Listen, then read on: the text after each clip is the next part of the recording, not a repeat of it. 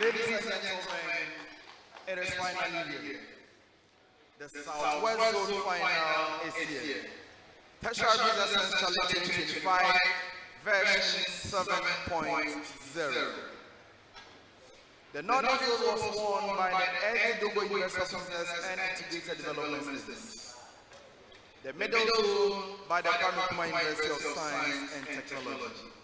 It is now time to decide on who wins the Southwest Zone. This final puts together three great institutions. Two from the Central region, one from the Eastern region, but all of them from the Southwest Zone. Koforidua University, University of Cape Coast, and the University of Education Winneba.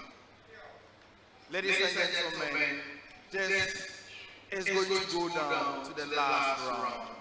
It is a contest among three very solid institutions. For Koforidua University, they made their maiden appearance in 2023. In 2023, they were at this final. Indeed, in 2023, we had the same set of schools.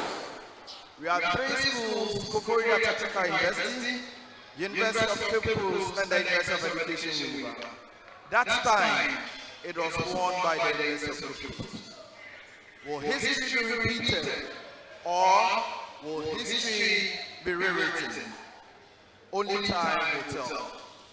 University of Cape Coast, they have been with us since 2019. Indeed, they are the most successful university in the Tertiary Business Challenge. Two-time national champion, one-time zonal champion. For this zone, this is just the third zonal final. There was an unofficial zonal competition somewhere in 2022, but that does not count for an official record. Ladies and gentlemen, for the University of Education Winneba, University of Education Winneba, ladies and gentlemen, they have been with us since 2019. One-time national champion, one-time zonal champion. In fact, they are the defending zonal champion.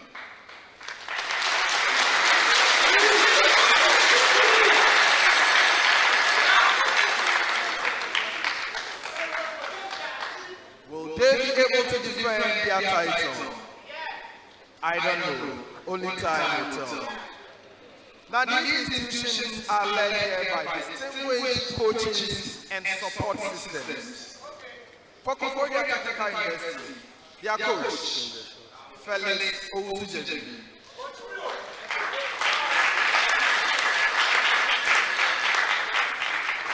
Unarguably, one of the most prolific, respected, and brilliant, well-known online business educators, not only in Ghana, not only in Africa, but in the world. He is that successful.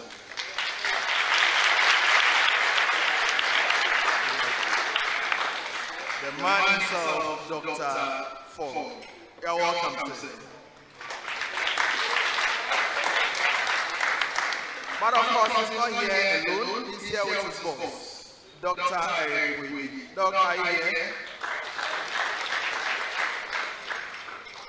For University of Cape Coast, they are led here by Dr. Sayram Kawo, aka Kazoo.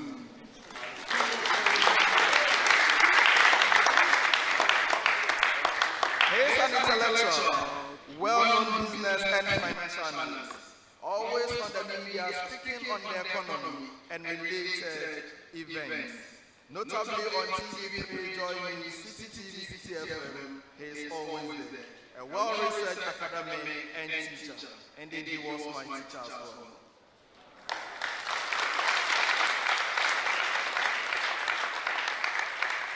But he's heavily supported by Dr. Mark Abeka Jr.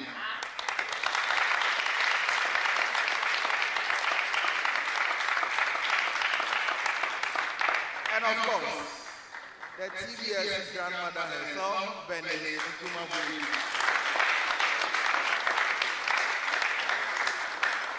There is a whole team of researchers we need to acknowledge. Jesse Blackson, Stephanie, Amalabi, Aaron, Timothy Dennis, and all the staff that are supporting the University of Cape Coast team. And now to the University of Education Winneba, Coach Guardiola.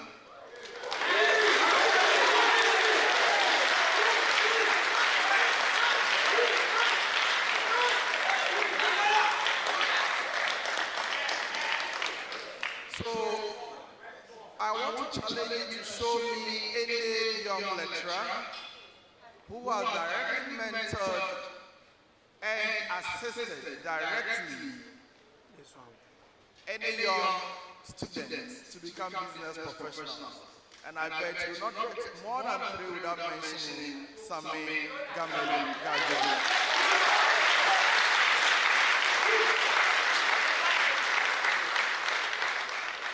He's smart, he's tactical, and he's strategic. He has mastered the craft of coaching TBS team. Ladies and gentlemen, please show some appreciation to Sami Gameli.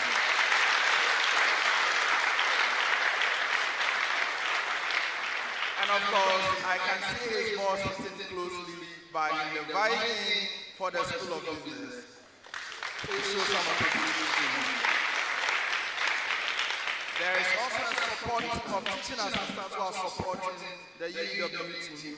Bench can be made of Marcus, James, Sasses, Danny, Joshua, Richmond, and all of those guys who are supporting the UEW team. Please show some appreciation to them.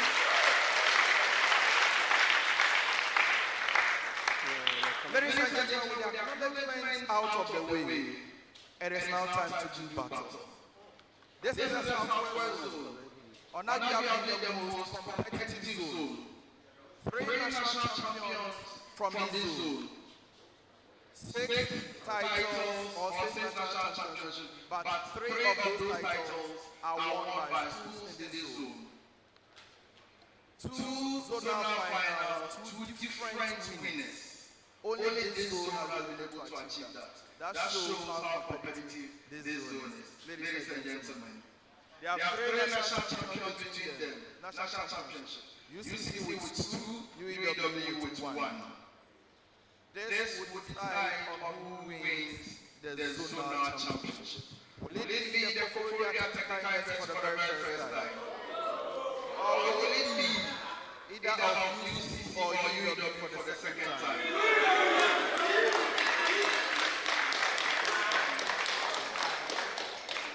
Ladies and gentlemen, only time will tell.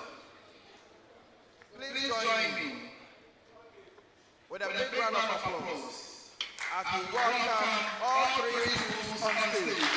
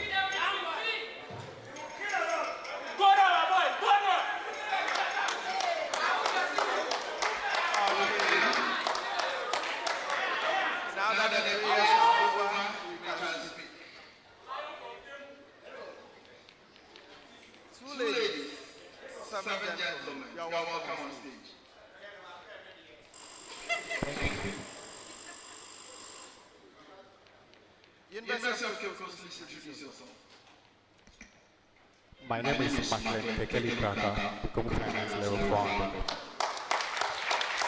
My name is Charles, Level Opinions, Become Accounting Level 400. I'm James, Jordan Attack, Become Accounting Level 400. are welcome, gentlemen. Thank you.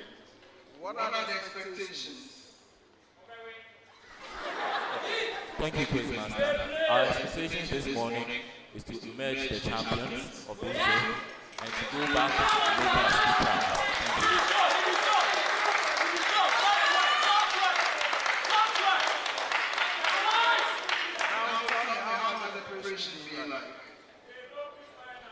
Well, obviously, it hasn't been easy. We've been practicing day and night, and we are hoping that it's going to pay off this morning.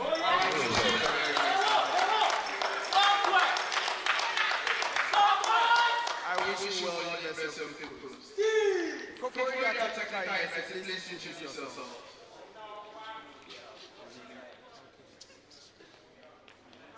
My name is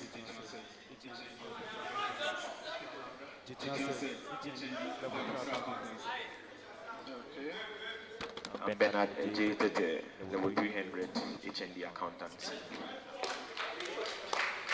I'm Linda Delali, HND accountancy level 300. You are welcome once again. So you won your semi-final contest against the Indum School of Business the last time. How was the feeling like? We came here with an expectation. We didn't disappoint. We are glad.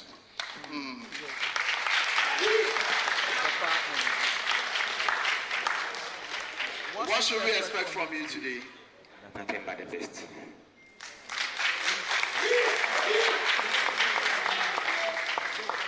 Indeed, I wish you the very best of luck for your technical university. University of Education, Winneba.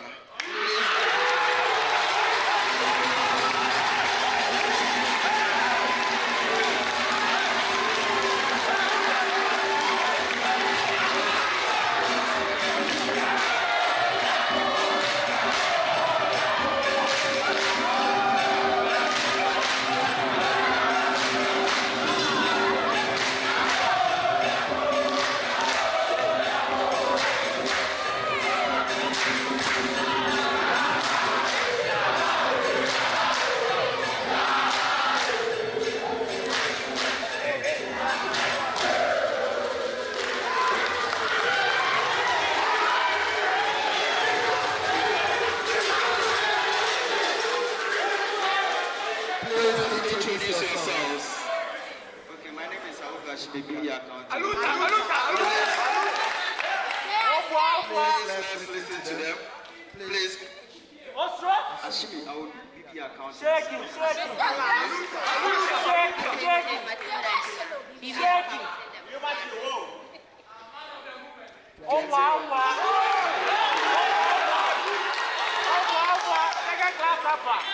Alright.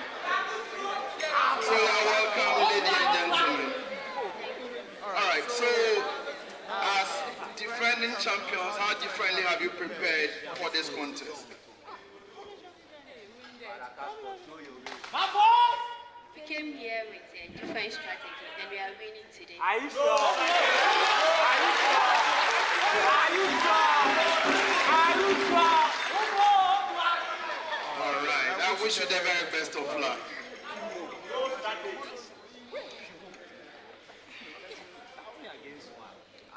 Ladies and gentlemen, they have run their map. They are all determined to win, but there can be only one winner. The three institutions have qualified to the national championship already. We only need to know the positions that they are going to occupy. For Koforidua Technical University, their job is cut out for them. They just need to cause a major upset because they are coming up against two national champions. For University of Cape Coast and University of Education, Winneba, the contest will be to decide on who indeed is the best in this region. Of course.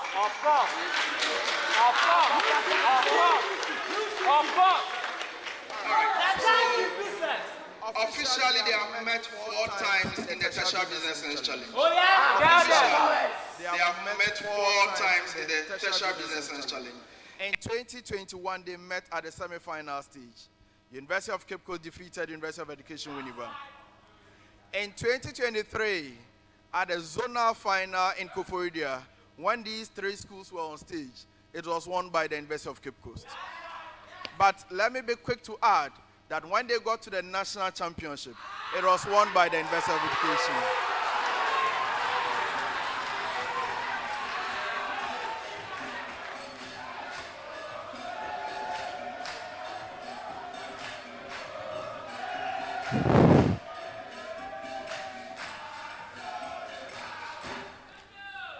The last time that they met was in 2024 at the same stage last year.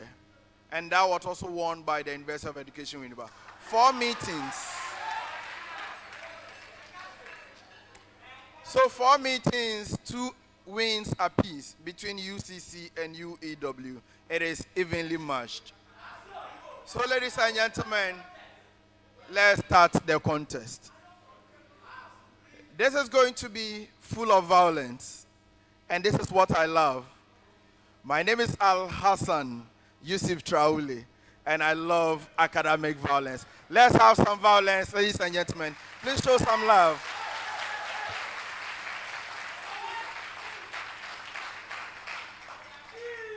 The contest is going to be organized in 6 rounds. Round 1 is on theory to test their understanding of basic principles and concepts in business.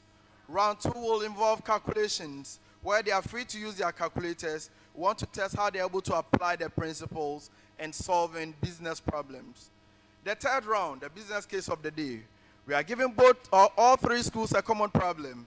They are supposed to work as a team and come up with a solution which will be compared with what we have and marks awarded out of 10. The 4th round will be the graphic business segment, where we are going to ask them questions on some stories that appeared in the graphic business newspaper. The 5th round will be true or false segment, where I'm going to read out some statement to them. Their duty is to tell me if the statement is true or false. The 6th and final round will be riddles, where I'll give them a set of clues. Their duty is to tell me who or what I am referring to. Please, are we ready? UCC, are you ready? Yes, sir, we are. KT, are you ready? Yes, we are. UEW, are you ready? Ladies and gentlemen, I am ready. Round 1.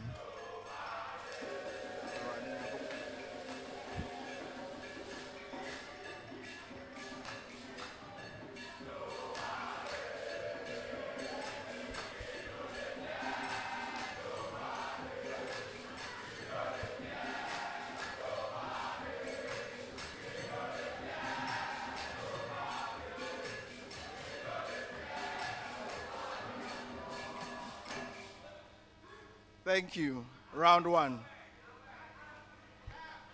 Common preamble to all 3 schools. Please, we will need some silence from this stage on. Common preamble to all 3 schools. Now, round 1 is made up of theory questions like I indicated earlier.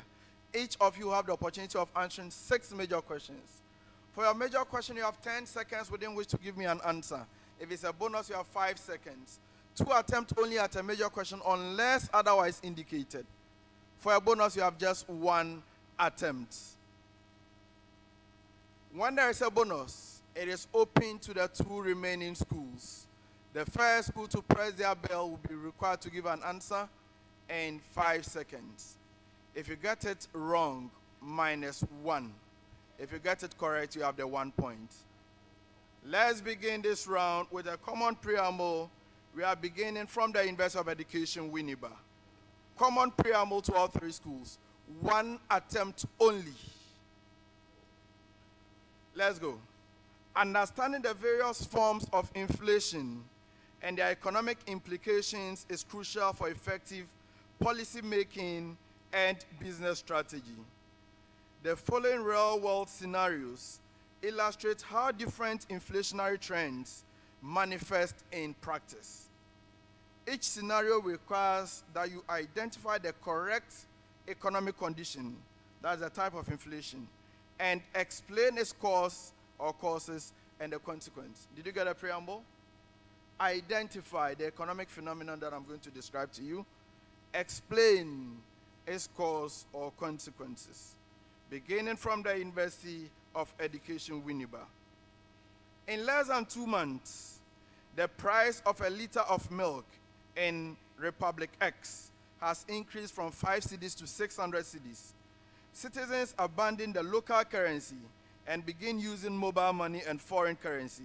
Shops update prices daily, and some employers now pay workers twice a week to cope with rapid price increases. What type of economic condition is this? And what are the two likely consequences of this situation?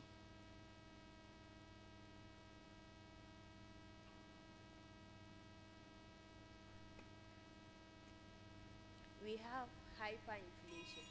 This is caused by a high increase in the prices of goods. When prices of goods increase above 50%, and the effect is that it will lead to a higher money chasing fewer goods. So the value of money will decrease. That is correct.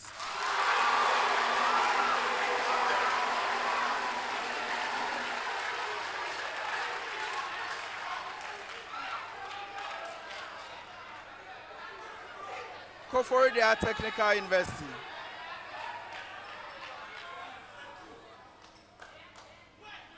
KTU. In country Y, consumer demand falls sharply due to economic uncertainty. Prices of basic goods like food, rent, and clothing have declined steadily for 5 months, and businesses are postponing investment decisions. What economic situation is country Y experiencing? What is the likely consequence of this condition? In country Y, consumer demand falls sharply due to economic uncertainty. Prices of basic goods like food, rent, and clothing have declined steadily in 5 months, and businesses are postponing investment decisions. Creeping inflation. And then this is caused by the sharp increases or decreases in price of goods and services due to microeconomic factors, popularly that is demanded and supply. The effects of this is that availability for investment of funds becomes low for investors. That is not correct.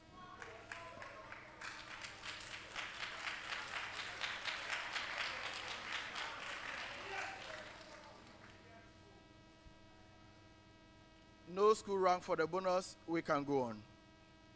University of Cape Coast. A major oil importing country experiences high inflation due to soaring energy prices. At the same time, unemployment rises as factories cut back due to lower productivity and high cost of inputs. What economic condition does this country face, and what is the consequence for policymakers? I take it again. A major oil importing country experiences high inflation due to soaring energy prices. At the same time, unemployment rises as factories cut back due to lower productivity and high cost of inputs. What economic condition is this? So the economic condition is stagflation. So this is because there is a decreased, there is an increase in the price of goods, and then at the same time, unemployment at the same time, and then this will actually affect the level of production in the economy, in the sense that prices become high, and then companies are not able to produce the right quantity of goods that will be demanded, and then there is also a decreasing, a rising unemployment, which kind of affect the citizens. That is fine, it's correct.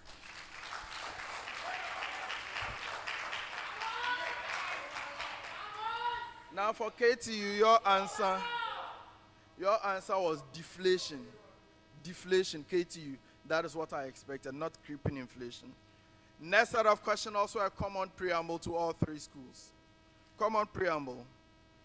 Now, governments often intervene in markets using tools such as taxes, subsidies, and price controls to pursue social or economic objectives. For each of the following scenarios, explain the expected changes in consumer surplus, producer surplus, and deadweight loss, and support your analysis using appropriate economic theory. Did you get a preamble? Okay, let me take the preamble again. Governments often intervene in the market using tools such as taxes, subsidies, and price controls to pursue social or economic objectives. For each of the scenarios that I'm going to read out to you, your duty is to explain the expected changes that this will have on consumer surplus, on producer surplus, and on deadweight loss. Is that clear? Are you okay? KT, are you okay? UCC? All right. UEW. A government imposes a per unit tax on cigarettes. What happens to consumer surplus, producer surplus, and deadweight loss? A government imposes a per unit tax on cigarettes. What happens to consumer surplus, producer surplus, and deadweight loss?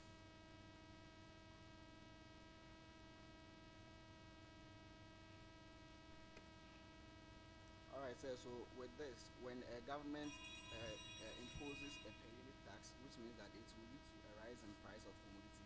And looking at the commodity that you are looking at is cigarettes, which means that it has an elasticity. And with the price going up, which means that the consumer surplus will come down because consumers will be expecting to buy it at a lower price, but at the end they'll buy it at a higher price. And with the producer surplus will increase because the price of the commodity has increased due to the fact that the producer were expecting to sell it at a lesser price, but in turn sold it at a higher price. So producer surplus would increase. And deadweight loss, which represents the loss of economic welfare in the economy due to the increase in price, deadweight loss will go down. 1 out of 3.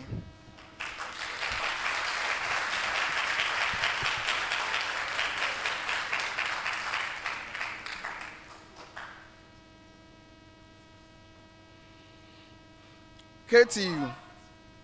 A government imposes a binding price floor, that is, example, minimum wage. What happens to consumer surplus, producer surplus, and deadweight loss? A government imposes a price floor, like minimum wage. What happens to consumer surplus, producer surplus, and deadweight loss? So the imposition of the minimum, the price floor, that is for the wages, will give consumers more disposable or increase consumers' disposable income. So in increasing their disposable income, it also leads to an increase in consumer surplus, and then for producer surplus, it will become an increase in expense for them. So it will also increase producer surplus, and then also an increase in deadweight loss. 2 out of 3.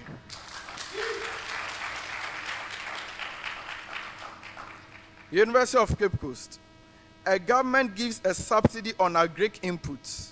What happens to consumer surplus, producer surplus, and deadweight loss? A government gives a subsidy on agriculture inputs. What happens to consumer surplus, producer surplus, and deadweight loss?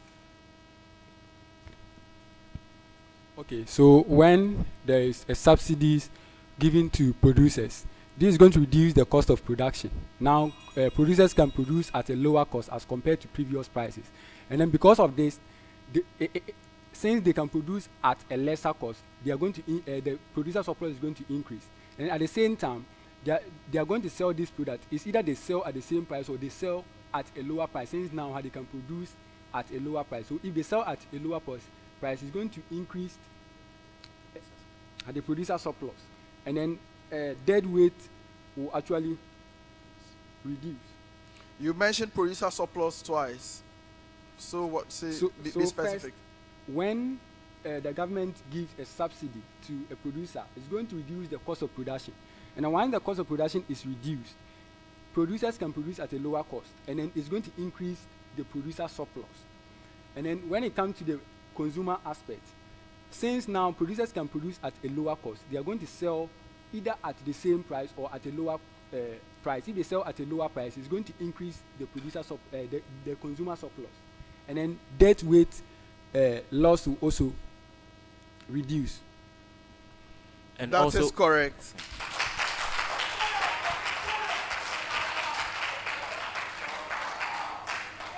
For our next set of questions, we are beginning with Koforidua Technical University. Common preamble to all three schools. Common preamble. International commercial terms, Incoterms, are globally recognized rules published by the International Chamber of Commerce that define the responsibilities of buyers and sellers in international trade. They clarify who bears the cost, who arranges transport and insurance, and most importantly, when the risk of loss or damage to the goods transfers from the seller to the buyer. You are required to explain the following Incoterms, clearly indicating what the term means, the point at which risk transfers from seller to buyer, and a typical scenario or mode of transport where each term is most appropriately used. Is that clear? Now to you, Koforidua Technical University. Yours is FAS. FAS. Explain what the term means. Tell me the point at which risk transfers from seller to buyer, and scenario or mode of transport where each term is used appropriately.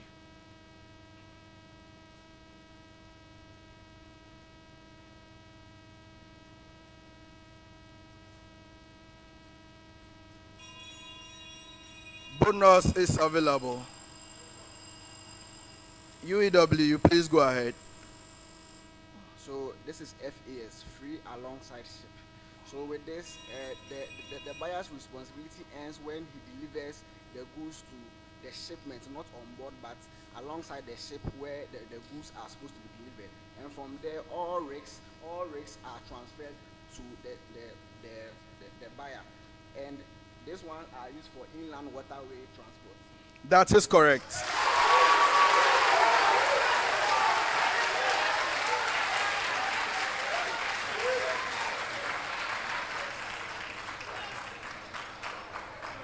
University of Cape Coast.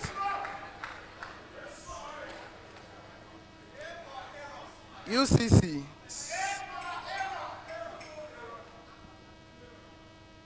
UCC. DAP. DAP. DAP. DAP.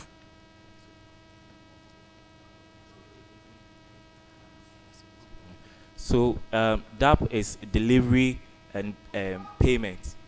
So for that one, the seller or the person selling the goods will bear the charges for the goods, the carriage, and then he will deliver the goods to the place that's agreed with the buyer, with the buyer. DAP. Please organize your thoughts. Okay, so DAP, delivery at place.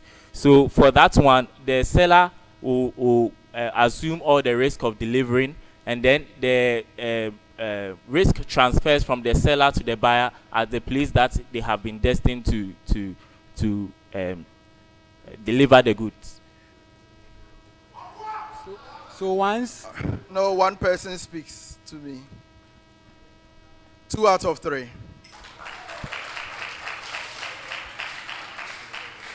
So the question was in 3 parts. You answered 2. You didn't answer the 3rd part. UEW. UEW. Yours is DDP. DDP.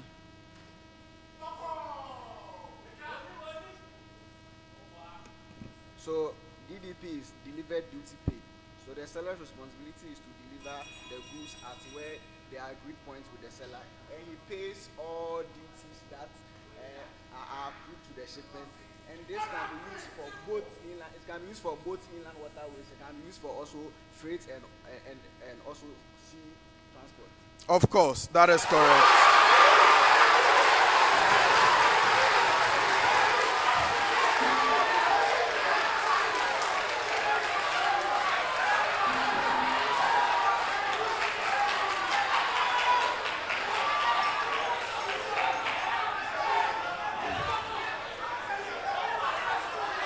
Next set of questions.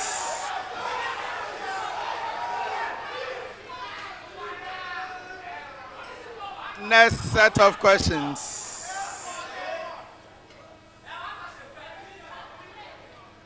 Next set of questions, please. Common preamble. Common preamble to all three schools. Common preamble to all three schools. Information technology, IT, continues to play a critical role in helping businesses improve operational efficiency, make data-driven decisions, and respond to changing market dynamics. The use of emerging digital tools and platforms enable organizations to create, sustain, and enhance competitive advantage. In the light of this, please explain the following IT concepts and discuss how each can be leveraged by businesses to drive competitive advantage. Explain the following IT concepts and how each can be leveraged by businesses to drive competitive advantage. Koforidua Technical University. Yours is Big Data and Analytics. Big Data and Analytics.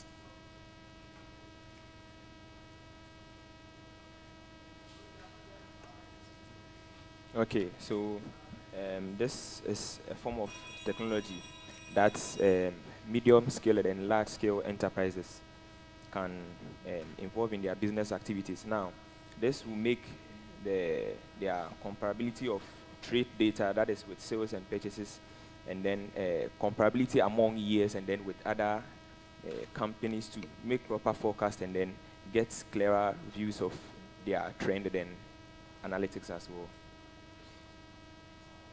I'll give you 1 out of 3.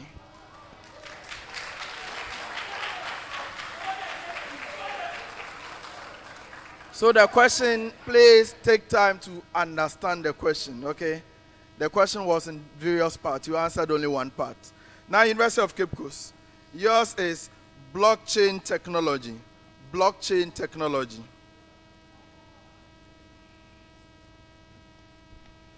Okay, so blockchain technology is a decentralized IT system where yes, various forms of data converge, and there is no single controller because it's decentralized. So this provide a platform that when where recorded data cannot be changed, and then this how it helps to leverage a competitive advantage is that once the data is entered in the digital ledger, it does not allow anybody to actually change this data, and then it therefore reduces the level of fraud that can occur in the organization, and then it helps boost the organization's finances. It helps them provide them reliable information that they can use for making decisions that will help them to outweigh their competitors in the market. That's fine.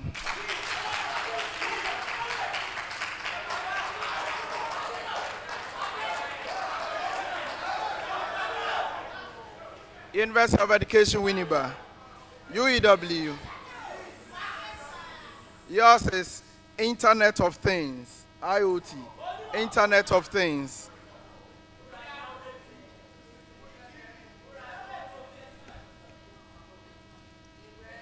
So, Internet of Things are electronic devices that have sensors that helps organizations in various departments to communicate or help them to transfer data. So by using Internet of Things, examples of them are like mobile phones, laptops. By using Internet of Things, the organization will be able to make decisions faster. They'll be able to communicate. They'll be able to make collaboration and be able to make informed decisions in order to that would help them to make competitive advantage over their customers. Yes.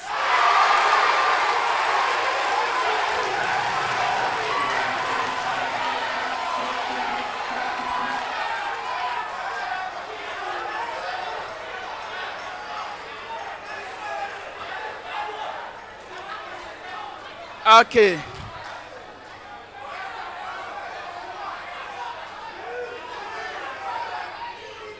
Let's go on.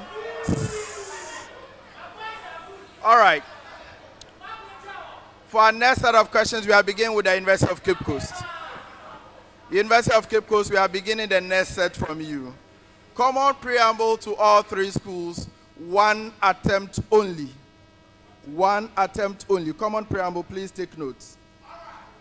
The following scenario-based questions are designed to assess your understanding of the core principles and practical implications of the PEFA framework, that is Public Accountability and Expenditure Framework, or Public Expenditure and Financial Accountability Framework.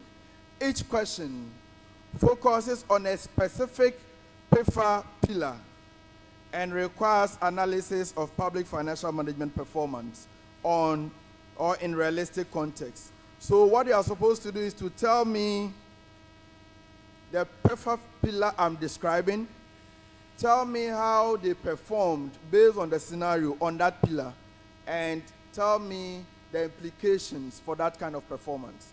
Are we okay? UEW, are you okay? KT, are you okay? UCC? All right. You want a repeat? All right. So I'm going to give you a set of scenarios. Each scenario is describing one pillar of PEFA. Now tell me what pillar I am describing. Based on the scenario, tell me the performance of that pillar, and also tell me the implications for that performance. Are we fine now? University of Cape Coast. Several state-owned enterprises operate with government-backed loans and guarantees, but these are not publicly disclosed or included in fiscal risk statements. What PEFA pillar is affected? What is the performance rating and why? Several state-owned enterprises operate with government-backed loans and guarantees, but these are not publicly disclosed or included in the fiscal risk statement. What PEFA pillar is being described? What is the performance and the implications? Okay, so the PEFA pillar is the transparency in public finance.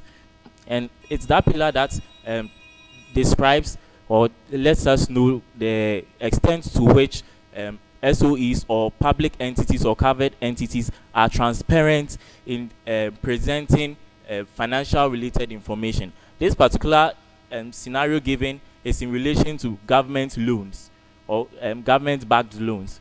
And this is also in relation to public finance. So non-disclosure of this particular item makes the entity disclose questionable information, and then for the implications, it affects the going concern of the business because materiality is affected in this scenario. I'm not taking that. Bonus is available.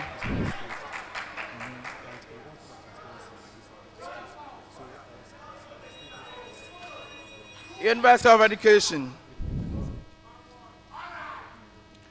Despite approved budgets, several ministries, departments, and agencies in Ghana experience cash flow shortages mid-quarter.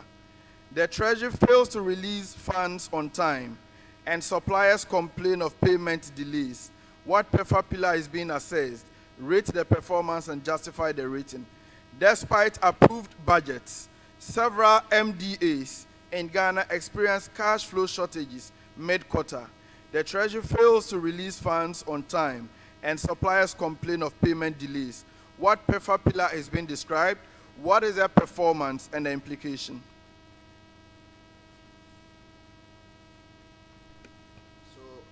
The pillar we are talking about here is management of assets and liability.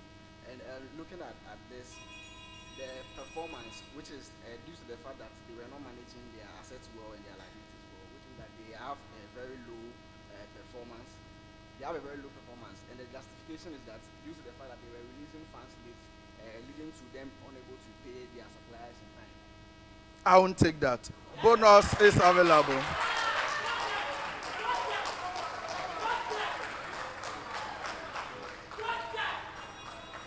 All right.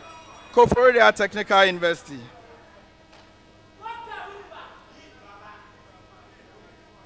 KTU. The Office of the Auditor General consistently receives annual financial statements more than 9 months after the end of the fiscal year, delaying the audit process and parliamentary scrutiny. Which PEFA pillar is relevant here? What is the performance and the reason? The Office of the Auditor General consistently receives annual financial statements more than 9 months after the end of the fiscal year, delaying the audit process and parliamentary scrutiny. What pillar are we describing here? How will you rate this and explain your reason? So the pillar here is accountability, and then the performance of this is that they normally are to prepare their statement and then provide them normally 3 months after the end of the financial year. But in this case, we have more than 9 months. The implications of this is that there will not be fairness within the general public. I will not accept that. Bonus is available. University of Cape Coast. So this is accounting and reporting in the sense that since entities have delayed in presenting financial statements to the Auditor General, so this means that the accounting and reporting system of the various entities are very weak. That is why they are not able to compile statements and prepare statements at the right time and present before the Auditor General to be audited. That is correct.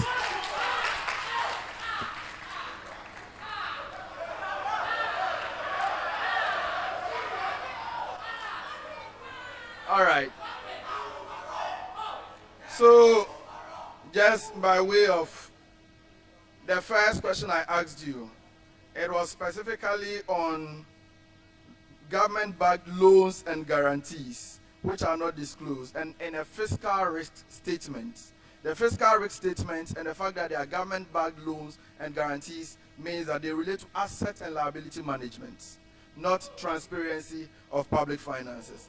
For UEW, you mentioned management of assets and liabilities. I'm not sure the question I asked related to assets and liabilities. It related to predictability and control in budget execution. So once the budget is approved, you want to be sure as to how money is released to the various MDAs. And of course, KT's own has been answered. We take our last set of questions for this round. Last set of questions, also a common preamble. Let's do some taxation.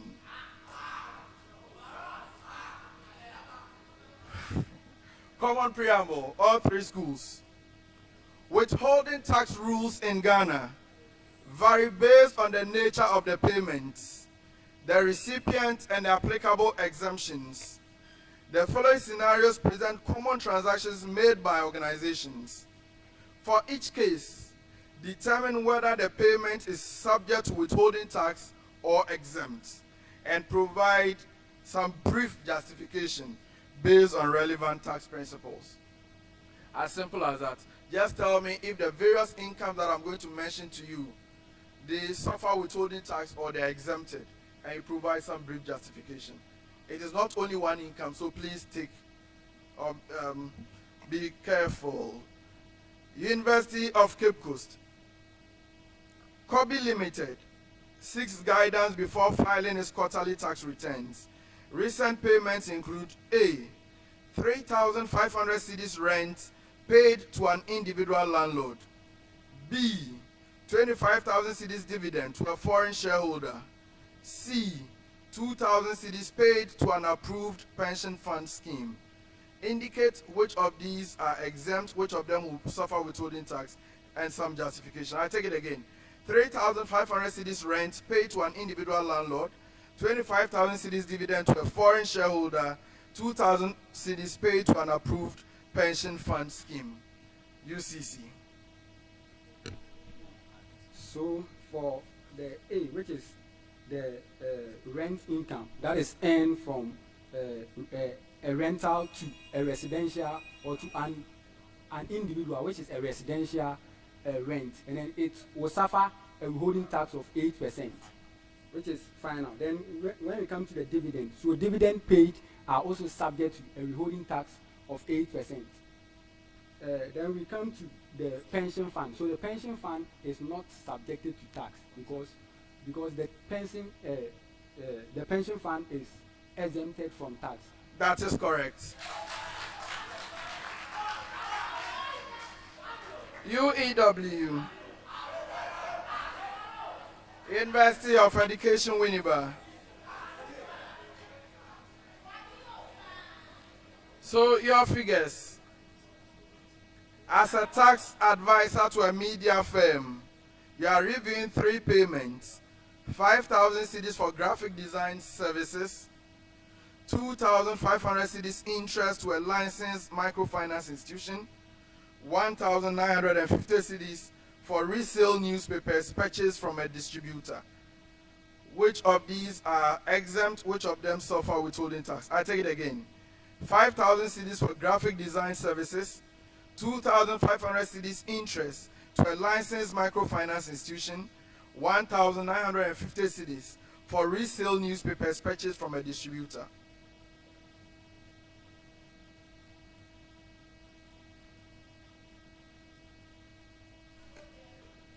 So the 5,000 cedis to the graphic designer will suffer a withholding tax. Then the interest to a licensed financial institution, because it's a licensed financial institution, it will not suffer a withholding tax of 8%. And with the resale of graphics, because it constitutes clothing stock, so it's trading stock, so we will not tax it withholding tax. That is correct.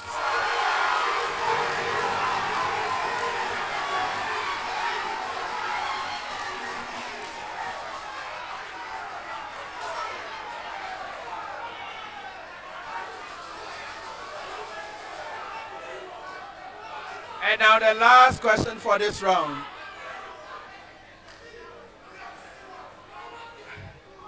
Last question for this round goes to Koforidua Technical University.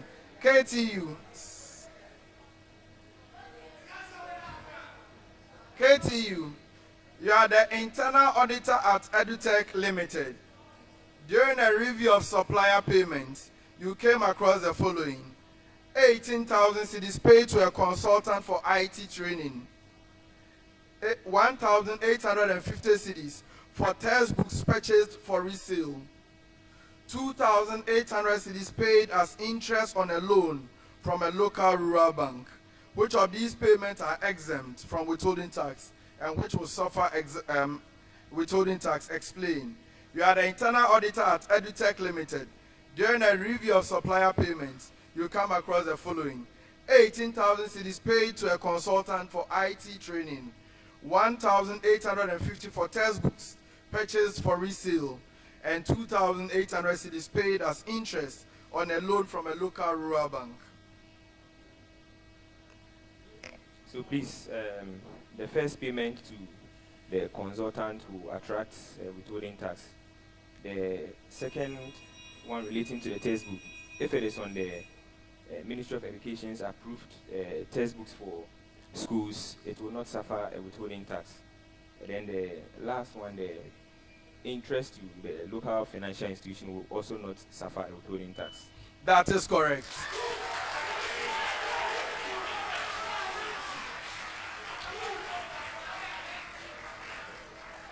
Ladies and gentlemen, that is the end of round 1.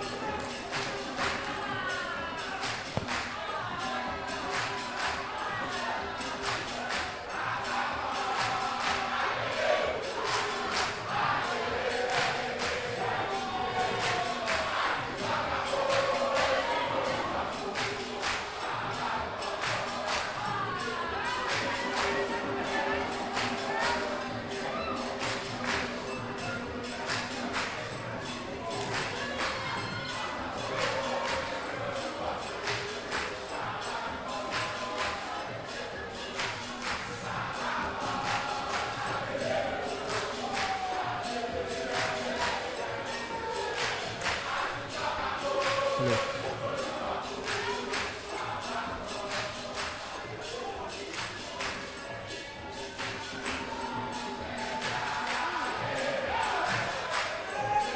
Hello. Hello.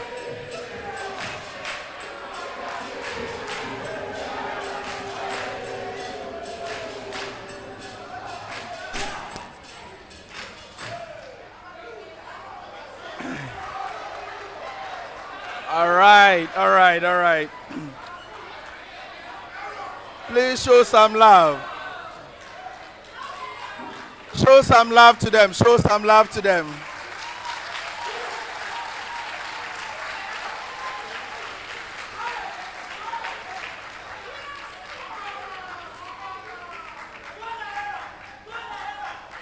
Very powerful, brilliant minds.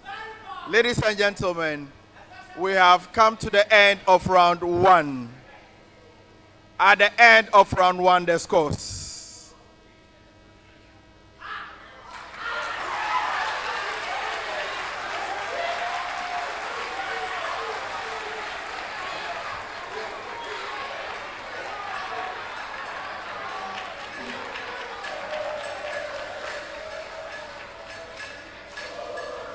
Ladies,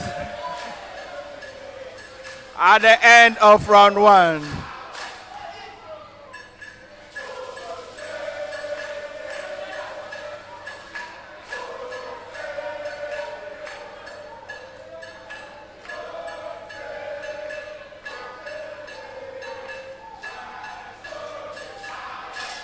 at the end of round one, the scores.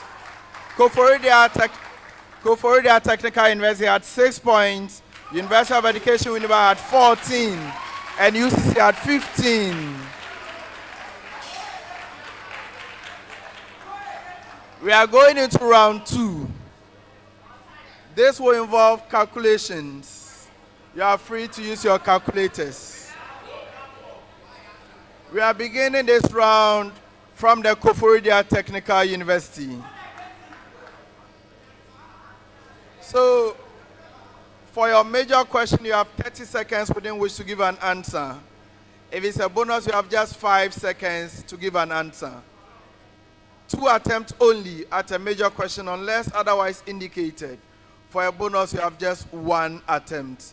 Each of you have the opportunity of answering 6 major questions. Please, are we okay?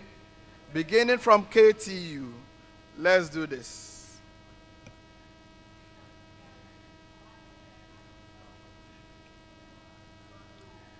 XY Company Limited purchased a Nissan patrol vehicle valued at 250,000 cedis on 1st June 2024 for use in its business. Compute the depreciation or capital allowance and written down value for the 2024 year of assessment for XY Limited. XY Company Limited purchased a Nissan patrol vehicle valued at 250,000 cedis on 1st June 2024 for use in its business.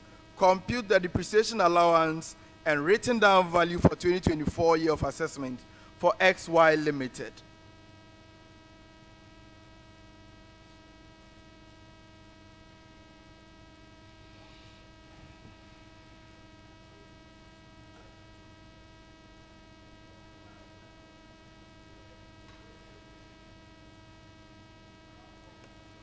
So,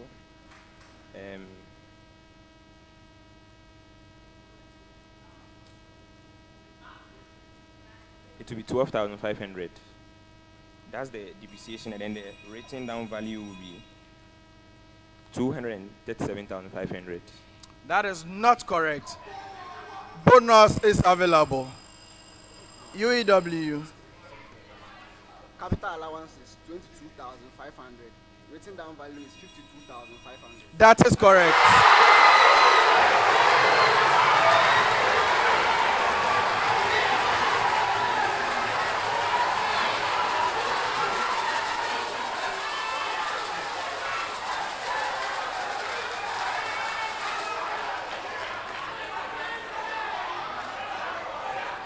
University of Cape Coast. University of Cape Coast.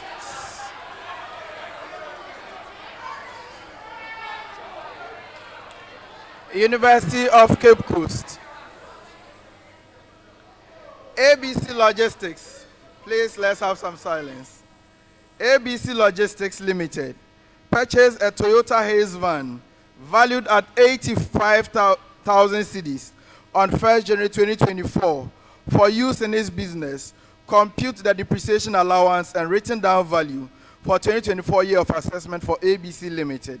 ABC Logistics Limited purchased a Toyota Haze van valued at 85,000 cedis on 1st January 2024 for use in its business. Calculate or compute the depreciation allowance and written down value for 2024 year of assessment for ABC Limited.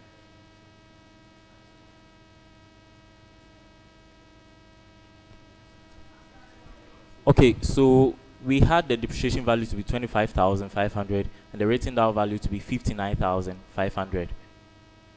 You have one other chance. So we have the depreciation to be 15,000, and then we have the written down value to be 60,000. That is not correct.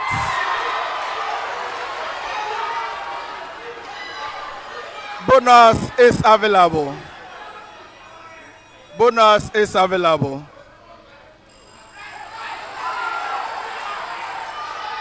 Yes. UEW.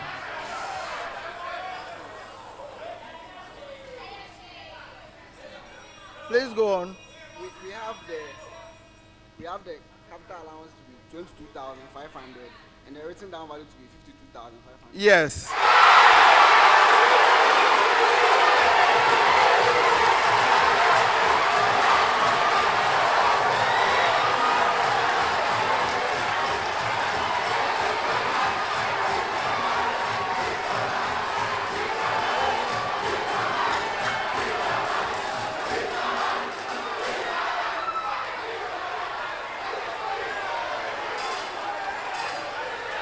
And now your major question.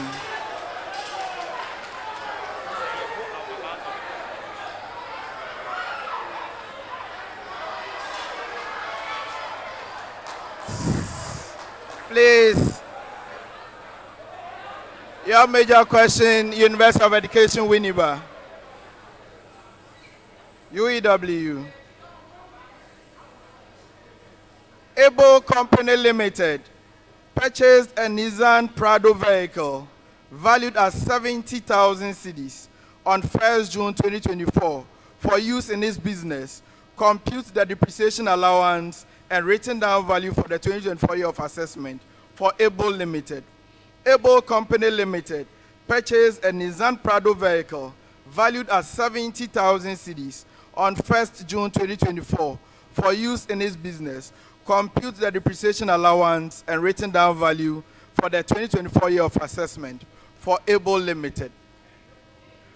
Okay, so we have the capital allowance to be 21,000 and the written down Please. value to be 49,000. Please hold on, let there be silence. Okay, you can speak now. The capital allowance is 21,000, the written down value is 49,000. Yes.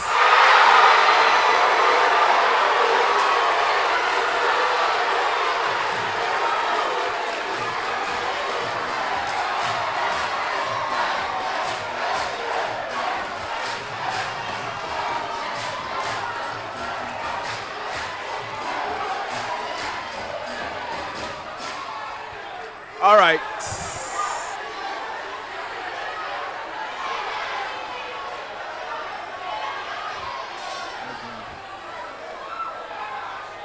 So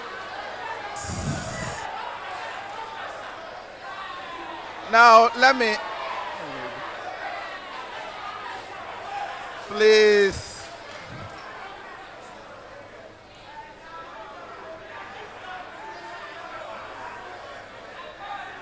Please, can we have some silence?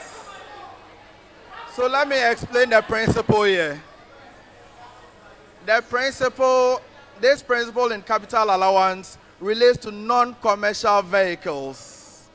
For non-commercial vehicle, the maximum value at which you can compute capital allowance is 75,000. So no matter the cost of the vehicle, The maximum is 75,000. It is capped at 75,000. So that is what you compute the capital allowance on. Are you okay? All right. Next set of questions. Still beginning with you, Koforidua Technical University. An investor places. This is not Sabinus. An investor places funds into a long-term growth account that earns fixed annual return of 6%. The investor wants to know how long it will take for the value of the investment to triple without making additional contributions. Estimate the number of years required for the investment to triple in value. An investor places funds into a long-term growth account that earns a fixed annual return of 6%. The investor wants to know how long it will take for the value of the investment to triple without making any additional contributions.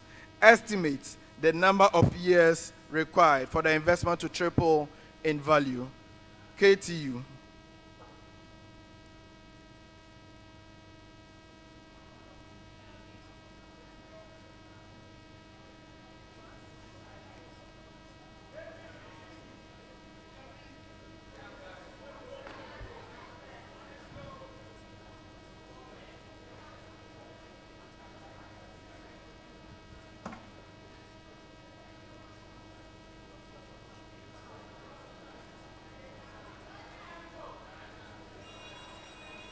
You've been bailed out. Bonus is available.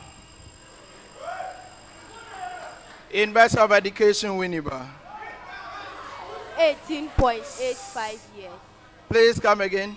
18.85 years. Yes.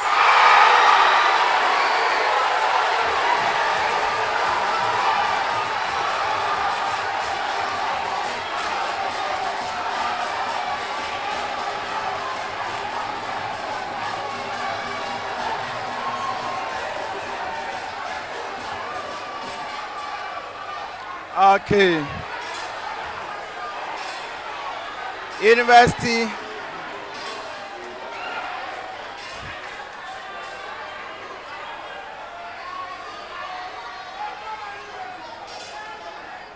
University of Cape Coast.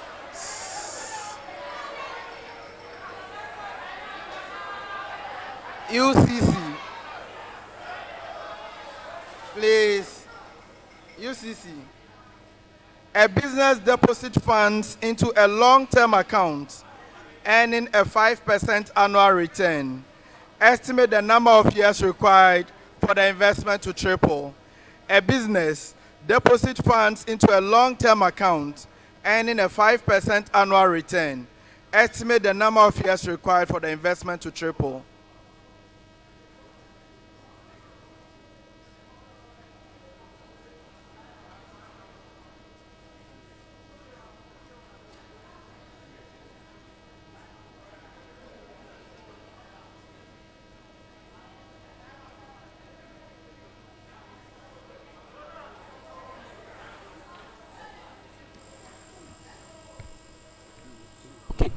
So we have 23 years.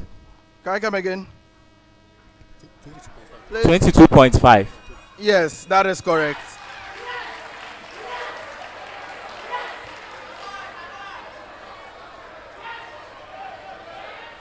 So please, make sure you speak into the microphone, okay? And when the room is quiet, before you give your answer. Now to University of Education, Winneba. Dr. Yamwa is considering investing a lump sum into a high-yielding financial instrument that offers a fixed annual return of 12%. His long-term goal is to see the investment quadruple in value over time. Estimate the number of years it will take for Dr. Yamwa's investment to quadruple. Dr. Yamwa is considering investing a lump sum into a high-yielding financial instrument that offers a fixed annual return of 12%. His long-term goal is to see the investment quadruple in value over time. Estimate the number of years it will take his investment to quadruple.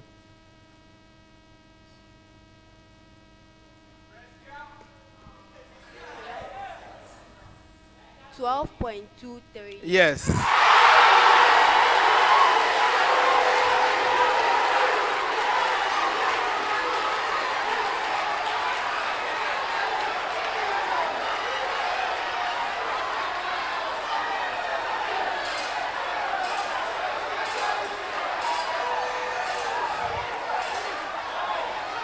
coming to next set of questions, UCC.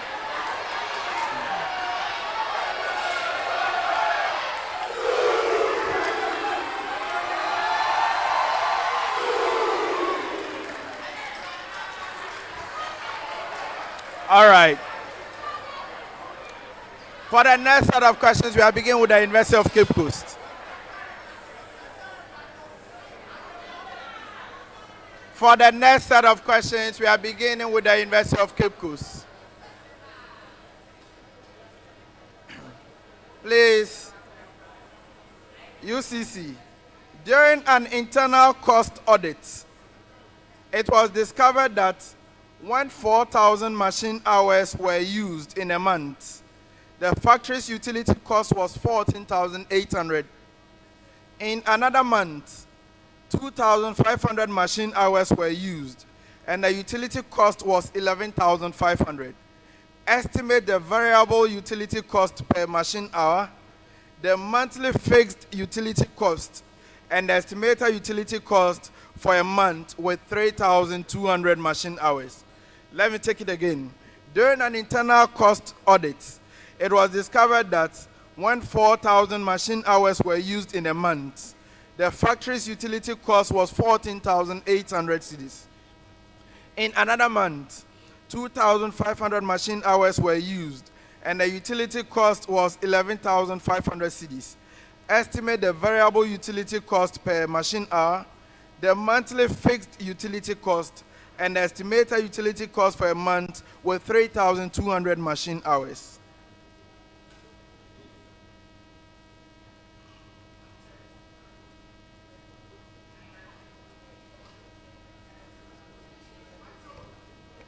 So we had 2.2. Relax, we have it. And then estimated. We have. Please, once they are giving an answer, please let's. Okay, maintain. so we have the variable utility cost per month to be 2.2, and then we have the annual fixed cost to be 5,250, and the estimated utility cost 13,040. 2 out of 3.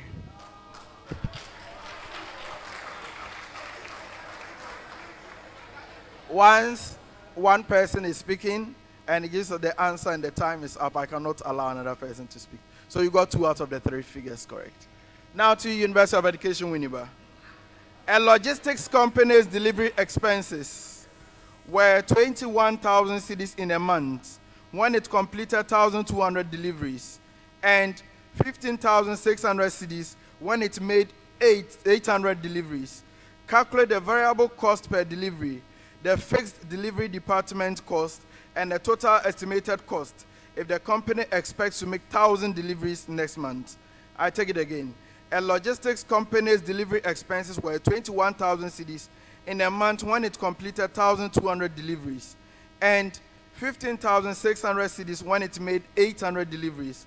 Calculate the variable cost per delivery, the fixed delivery department cost, and the total estimated cost if the company expects to make 1,000 deliveries next month.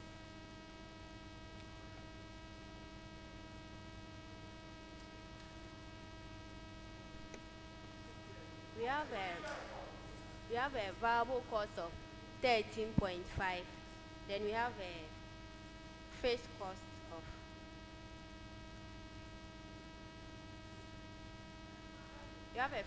of 4,800, and for the cost of 1,000 units we have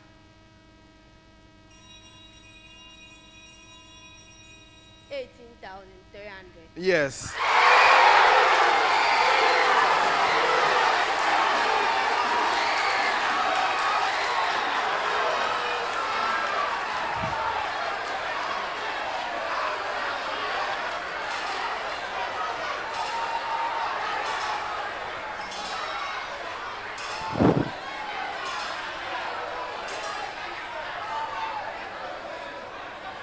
Koforidua Technical University.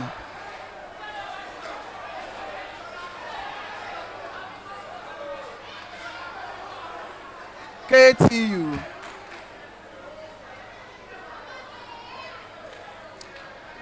Please.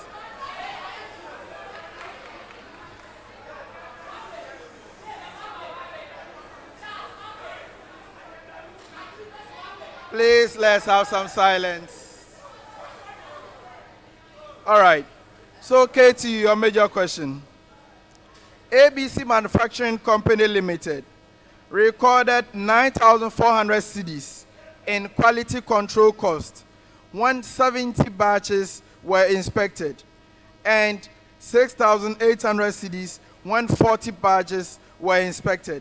Determine the variable inspection cost per batch, estimate the fixed monthly quality control cost, and compute the expected cost of inspecting 60 batches. I take it again. ABC Manufacturing recorded 9,400 cedis in quality control cost when 70 batches were inspected, and 6,800 cedis when 40 batches were inspected. Determine the variable inspection cost per batch, estimate the fixed monthly quality control cost, and compute the expected cost of inspecting 60 batches.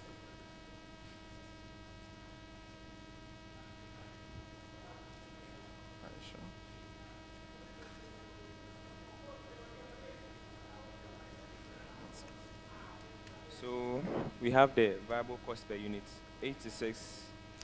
Please speak louder, Bernard. Variable cost per unit, we have 86.67.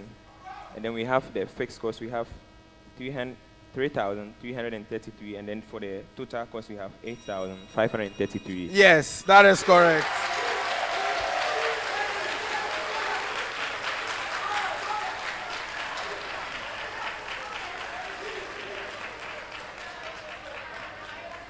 University of Cape Coast, I'm coming back to you.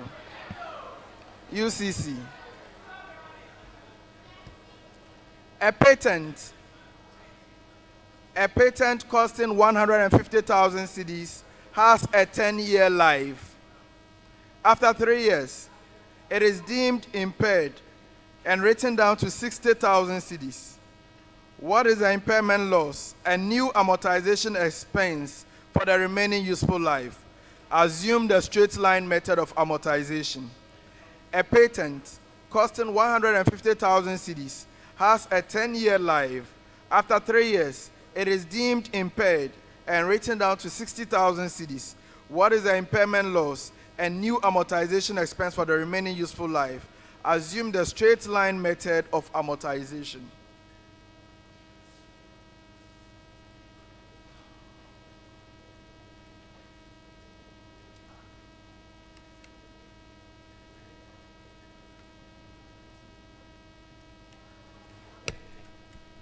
So we have the impairment loss as 45,000. Then we have the new impairment after the impairment loss to be 8,571.43. Yes.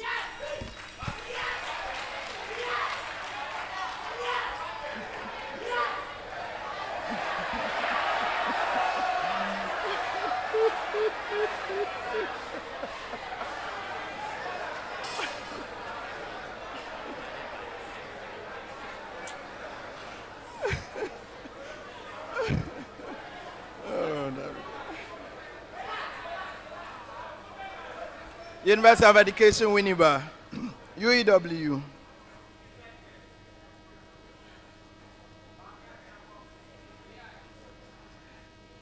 Nama Ghana Limited purchased a license for 90,000 cedis with a 10-year life. After 4 years, the license was impaired and written down to 36,000 cedis. The remaining useful life is revised to 5 years. Calculate the impairment loss and determine the new annual amortization expense, assuming straight line method. Nama Ghana Limited purchased a license for 90,000 cedis with a 10-year life. After 4 years, the license was impaired and written down to 36,000 cedis. The remaining useful life is revised to 5 years. Calculate the impairment loss and determine the new annual amortization expense.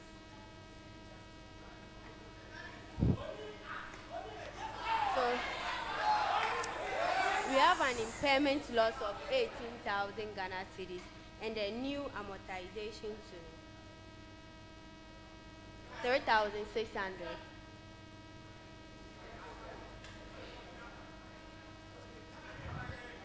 You have one more chance to revise your answer, otherwise. So we have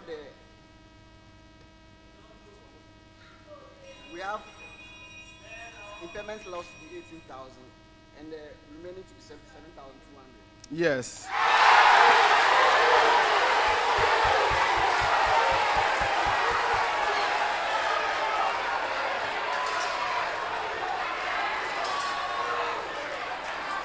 To you, Koforidua Technical University.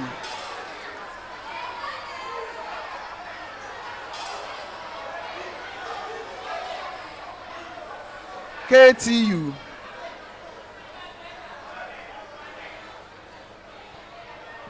KTU, please.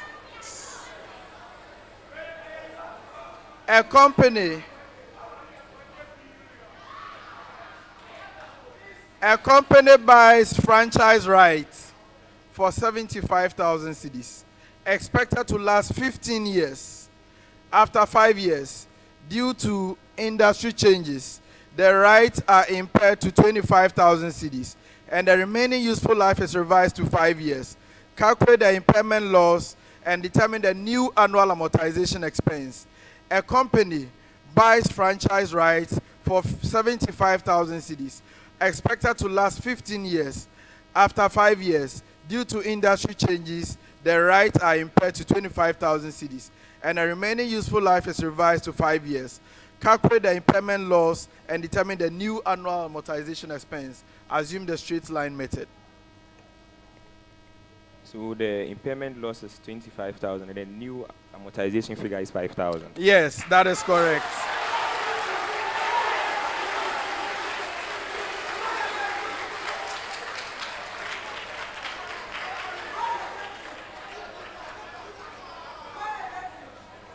For our next set of questions, we are coming to start with you, University of Education, Winneba.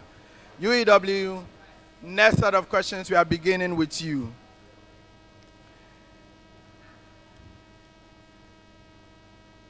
Donko Limited acquired equipment for 120,000 cedis with an expected salvage value of 20,000 cedis and total production capacity of 50,000 units.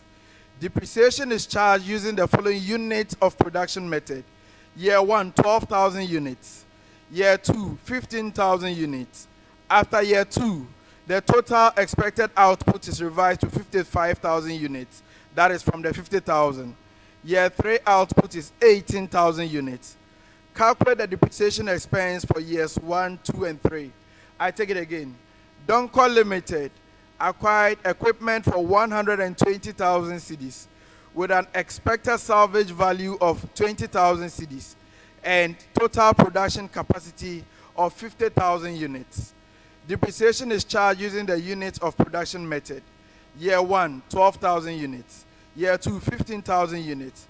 After year 2, the total expected output is revised to 55,000 units. That is from the 50,000. Year 3's output is 18,000 units. Calculate the depreciation expense for years 1 to 3. So year 1, we have a depreciation of 24,000 cedis. Year 2 is 30,000 cedis. Year 3, 32,727.27. Is that your final answer?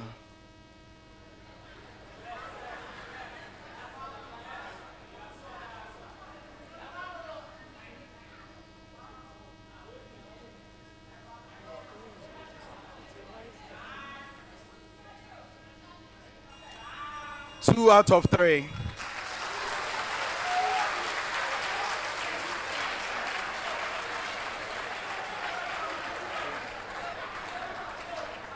KTU, an asset cost 100,000 cedis. salvage value of 20,000 cedis, and expected to produce 50,000 units. Using the unit of production method, year 1 is 10,000 units, year 2 15,000 units. After year 2, the total expected output is revised down to 45,000 units due to efficiency loss. Year 3's output is 12,000 units. Calculate the depreciation expense for years 1, 2, and 3. I take it again. An asset cost 100,000 cedis. Salvage value is 20,000 cedis and expected to produce 50,000 units. Year 1 is 10,000 units. Year 2, 15,000 units. After year 2, the total expected output is revised down to 45,000 units due to efficiency loss. Year 3 units is 12,000 units. Calculate the depreciation for years 1, 2, and 3.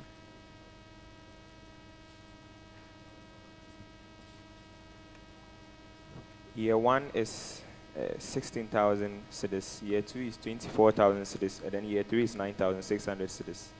Is that your final answer?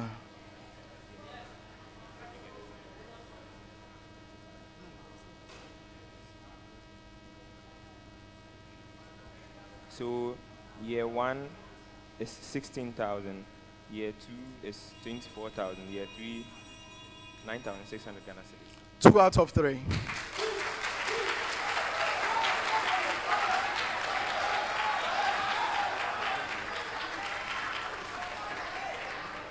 University of Cape Coast, UCC. A factory purchases equipment for 150,000 cedis, salvage value of 30,000 cedis, with expected production of 60,000 units. Year 1, 18,000 units. Year 2, 16,000 units. At the start of year 3, the asset is impaired to 60,000 with 20,000 units of remaining capacity. Year 3's output is 12,000 units. Calculate the depreciation expense for years 1, 2, and 3. I take it again. A factory purchases equipment for 150,000 cedis. Salvage value is 30,000 cedis with expected production of 60,000 units. Year 1's output is 18,000 units. Year 2 is 16,000 units. At the start of year 3, the asset is impaired to 60,000 cedis with 20,000 units of remaining capacity. Year 3's output is 12,000 units. Calculate the depreciation for years 1, 2, and 3.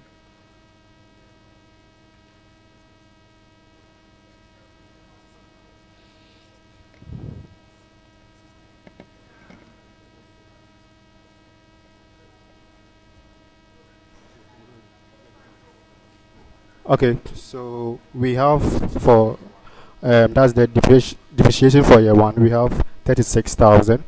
For year 2, we have 32,000, and the answer for year 3 is 12,000. Please speak. Yeah, I think I'm not hearing the whistles. Okay, so we have the depreciation for year 1 to be 36,000, for year 2 to be 32,000, and for year 3 to be 12,000. 2 out of 3. So the bell is gone, so you cannot come in. Yeah. Yes, I like the energy. All right. So for our last set of questions, we are coming back to University of Education, Winneba. UEW.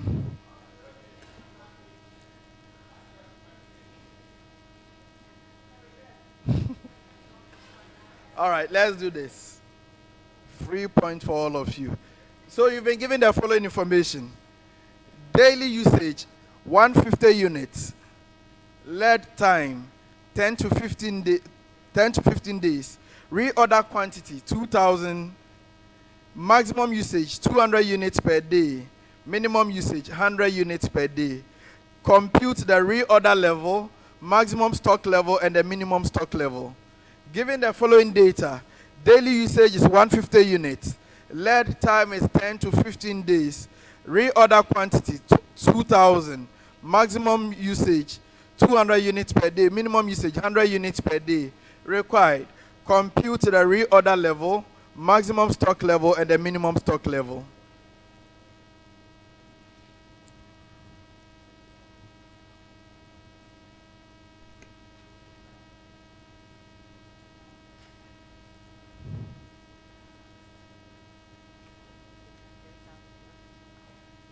So we have a reorder level of 3,000 units.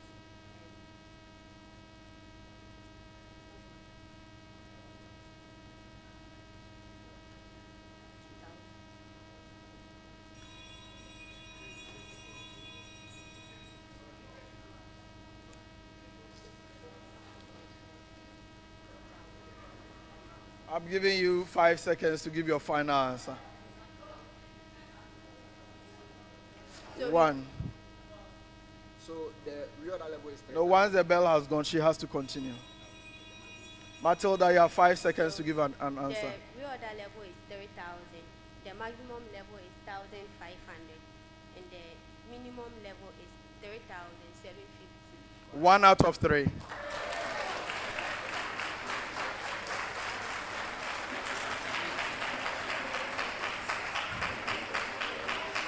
KTU, Koforidua Technical University. A company uses 180 units per day on average. Lead time is 8 to 12 days. 8 to 12. Reorder quantity 2,500 units. Maximum usage is 220 units per day. Minimum usage is 140 units per day. Calculate the reorder level, maximum stock level, and the minimum stock level. A company uses 180 units per day on average. Lead time is 8 to 12 days. Reorder quantity 2,500 units. Maximum usage 220 units per day. Minimum usage 140 units.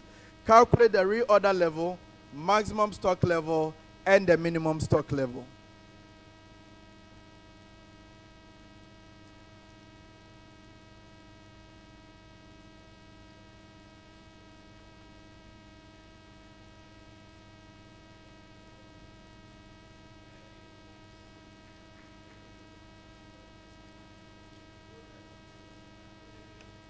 So for reorder level, we have 2,640.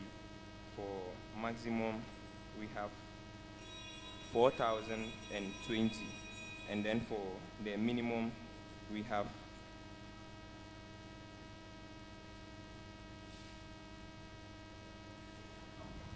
we have 840. Yes, that is correct.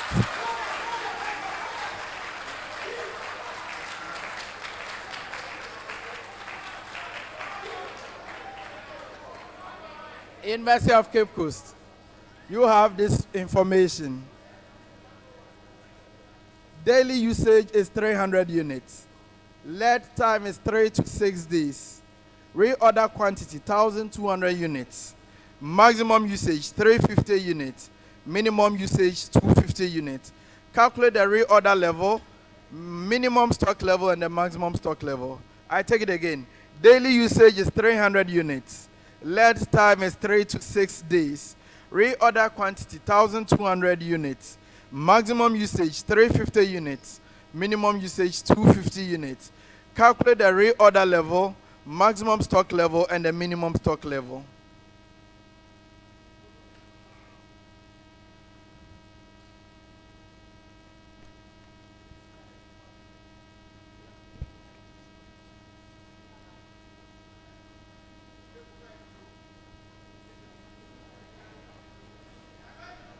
Okay.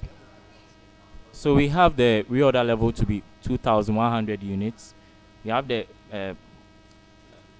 maximum stock level to be 2,250, and then the minimum 1,200. You've been bailed out 1 out of 3.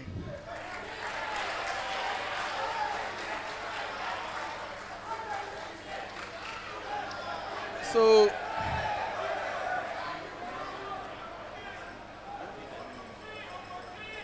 it appears to me that they are so much in tune with the high order questions that they are getting these basic ones wrong. UCC and UEW. These were supposed to be very basic. Anyway, that is the end of round 2.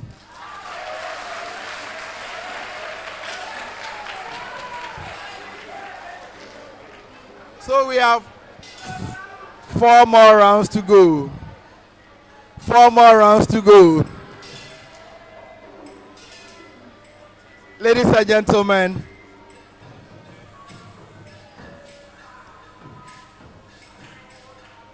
we are reminded that the program is brought to us by Graphic Business in partnership with the Institute of Chartered Accountants Ghana. Our sponsors: Institute of Chartered Accountants Ghana, MTN Ghana, PwC, Compu Ghana, Glyco Life, Piva Beverages, Gold Ghana, and GCB Bank. Ladies and gentlemen, our media partners are Daily Graphic, Graphic Online, TV3, and Radio Windy Bay. We are reminded that the program is streaming live on Facebook, Daily Graphic Ghana, as well as on YouTube. We have 4 more rounds to go, 4 more to do more, ladies and gentlemen. All right.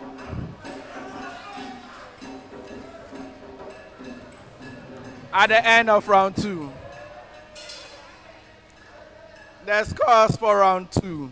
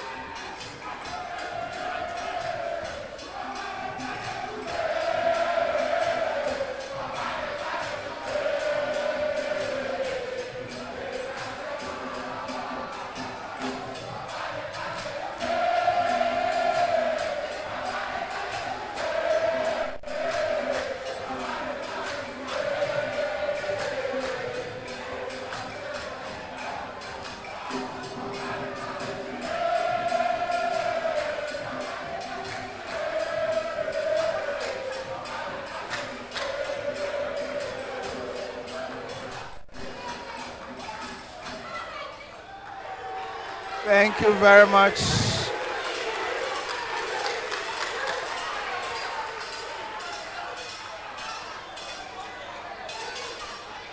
All right.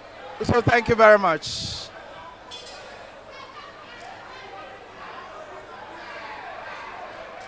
Please, let's get settled. So the scores. The scores for round 2 once again. University of Cape Coast and Koforidua Technical University had 11 points. University of Education Winneba had 18 points.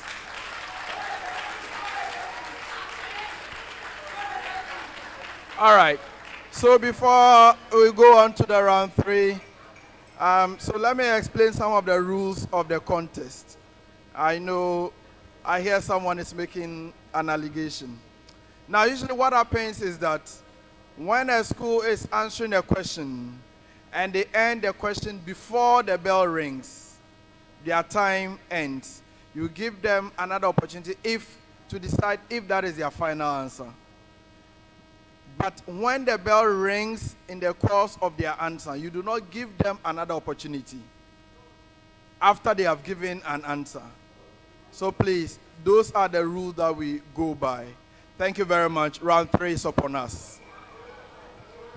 All right, so in this round, all 3 schools are being given a common problem. They are supposed to work as a team and come out with one solution. This solution will be compared with what we have and marks awarded out of 10. They will have 10 minutes within which to provide their solution. Please, if you are ready, let's go through our business case together. We are doing something on taxation. So let's read. Andrew Soria recently relocated to Ghana to commence his business after retirement from tax force in the UK. A security company he served for over 20 years. The nature of the business was to provide private security to diplomats and the very affluent.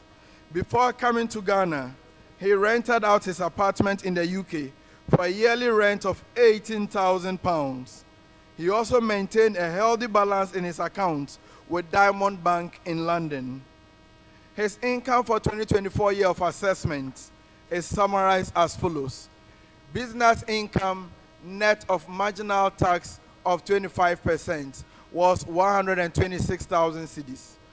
Dividend received from Faithful Limited, a resident company, at gross amount of 18,000 cedis. Rent of £16,200 was paid into his account with Diamond Bank, withholding tax amounting to £1,800 had been deducted.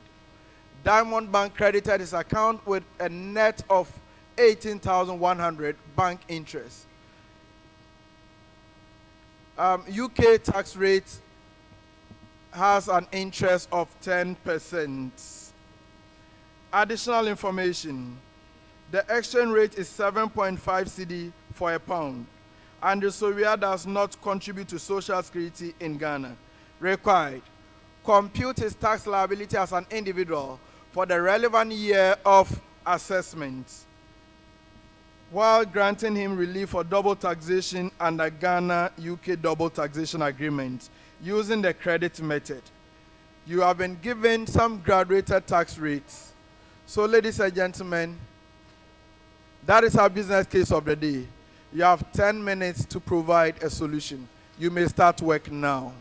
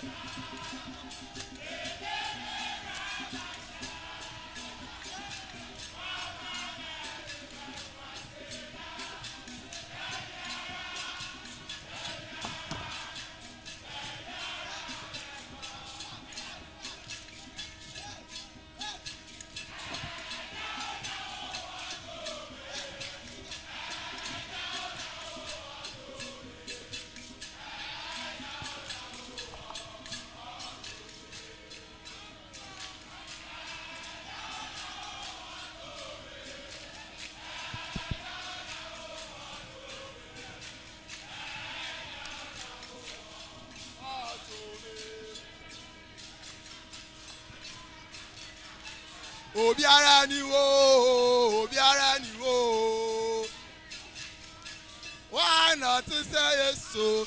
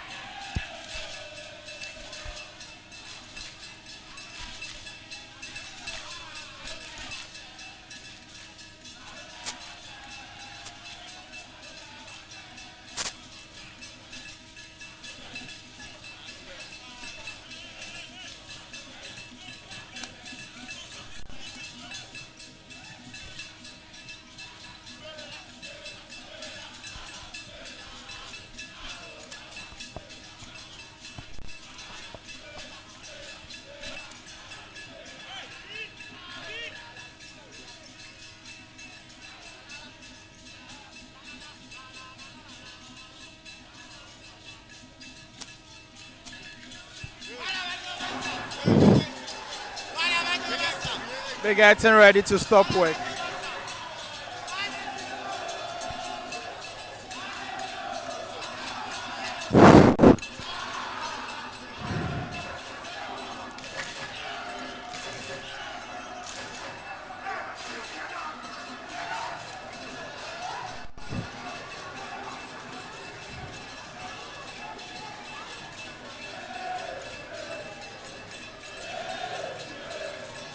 Please.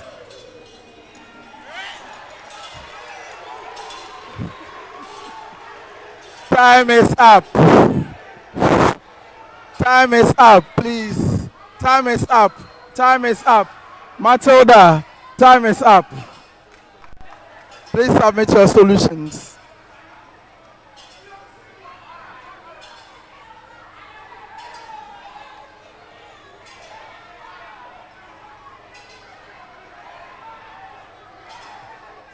Please, I'm coming in.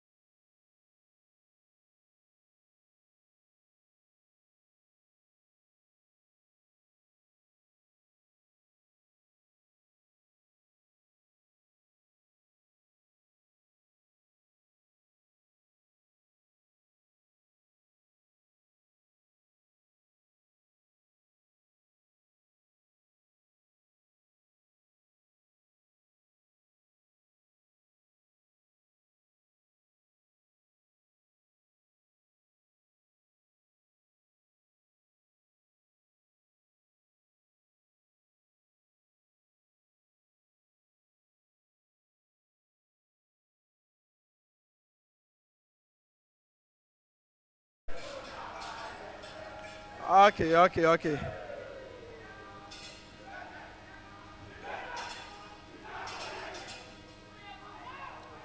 Okay. So thank you very much. We gave them a business problem, and they were supposed to work as a team and come out with one solution. Now, we were expecting them to do some computations of the tax liability of somebody who had been outside of the country and is now back to the country. So let's look at what we were expecting them to do. At the first instance, we were told that the person was remitted a business income net of 25% tax. So typically what you do is to gross up that income. The income was 126,000. If we should gross it up, we have 168,000. If you're able to do that, you have 1 mark. The person also earned some foreign income, specifically from rent as well as from interest. Rent, we were given 16,200 pounds. We are told that a tax had been deducted. What we'll do is to gross it up and multiply by the exchange rate to get 135,000. If you get that, you have another 1 mark. Interest, we are told that he received an interest also from the bank, which was net of 8,100. So what we'll do is to gross it up also. We would have to convert it to pounds after grossing it up. So we are expecting an amount of 67,500. You get that, you have another 1 mark. The accessible income comes to 370,500. You have another 1 mark, and that makes it 4. Now, based on this chargeable income, you are supposed to compute the personal tax liability using the graduated tax rate. If you're able to do that correctly, looking at all of these figures, we give you 2 marks there. Then we come to the determination of the average tax rate. Specifically, we want to concentrate on the average Ghanaian tax rate. If you're able to get the individual tax liability, you should be able to get the average Ghanaian tax rate of 25.65, which will give you another 1 mark. Now, the question indicated further for them to determine the net tax that was payable. So the tax charge of 95,037 less the foreign tax that the person paid because of the double taxation agreement that we spoke about. And the interest on the rent tax as well as the interest tax, both of them together comes to 2250. And therefore the net tax payable is 74,784. All right. Now let's look at what they produced. Beginning from the school to my immediate left, University of Education, Winneba. So, business income, I'm not sure how you ended up getting this figure. And grossing it up, you got that figure wrong. You got 158,916, which is not acceptable. But I got the interest of 67,500 and the rent of 135. So you have 2 marks here. But because you got the chargeable income wrong, it will affect the graduated tax rate. But you attempted something there, so I give you 1. Now it also affects the average Ghanaian tax rate, which you did not get. But you're able to also indicate, you attempted to compute the net tax payable based on the tax you computed from your wrong figures. The rent of 13,500 and then the interest of 6,750. Those are acceptable. Then we come to the interest, the computation of the interest figure. That was also correct. So for your effort, you have 5 out of 10.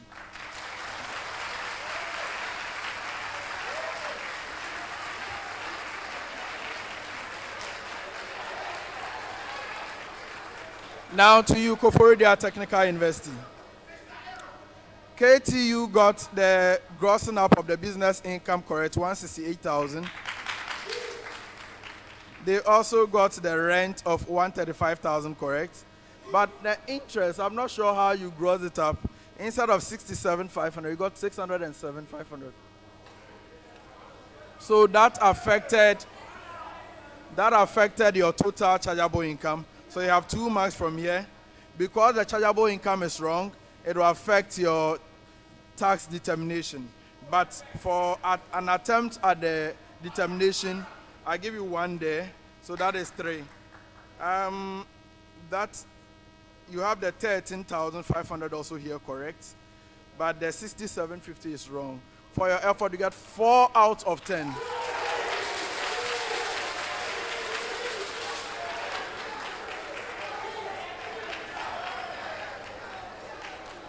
Now to the University of Cape Coast.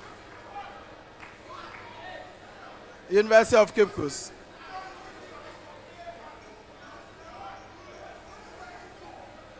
So UCC got the business income correct.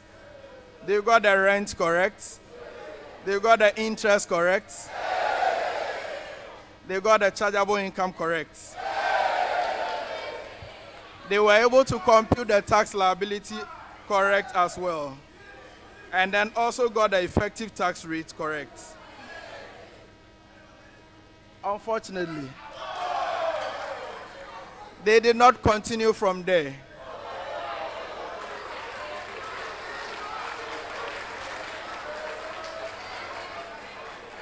So the part that they missed out on could have given them 3 marks. So for their effort, they get 7 out of 10.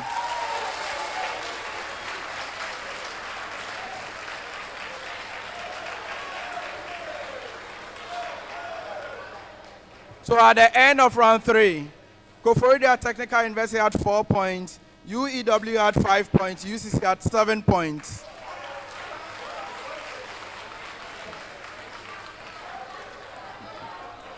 All right, so before we go on to round 4,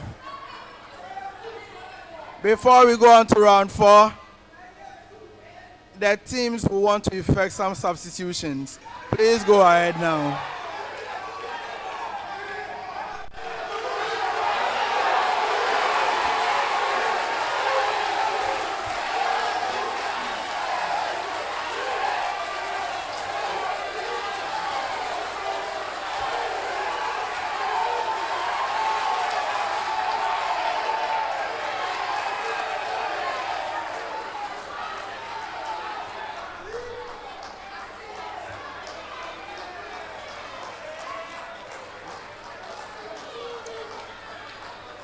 Gentlemen, you are welcome on stage.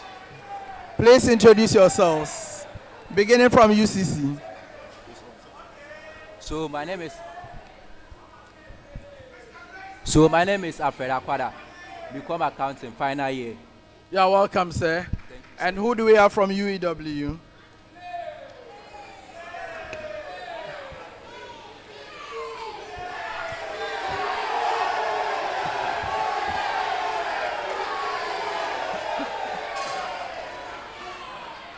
Felix Blay, Bachelor of Science, Accounting Education, level 400. You are welcome, sir. Thank you, sir.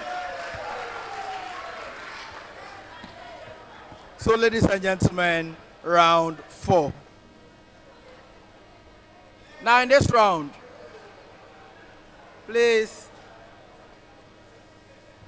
some silence as we read out the rules to them. In this round, I'm going to read out some questions to you. These questions are based on stories that appeared in the Graphic Business newspaper. For the purpose of this contest, you know that we are asking you questions from stories that appeared in the 6th, 13th, and 20th May editions of the Graphic Business. Each of you will attempt 6 major questions. For a major question, you have 10 seconds within which to give me an answer. 2 attempts only unless otherwise indicated. For a bonus question, you have 1 attempt only to be delivered in 5 seconds. Please, are you ready? We are beginning this round from the University of Cape Coast. Common preamble to all 3 schools. Common preamble. Please.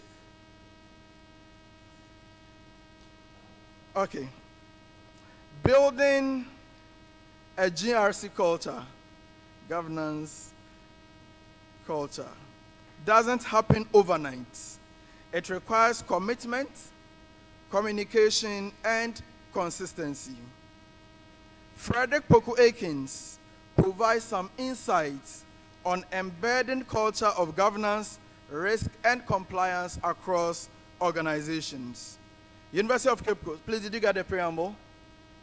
Did you get a preamble? Or you want me to repeat it? All right. Now, University of Cape Coast. University of Cape Coast. Identify 3 important steps an entity can take to build a GRC culture. Identify any 3 important steps an entity can take to build a GRC culture. So, 1, we have to monitor and improve. Also, the leadership at the tone, and also we have to integrate the GRC in our everyday process. Yes, I'll accept it.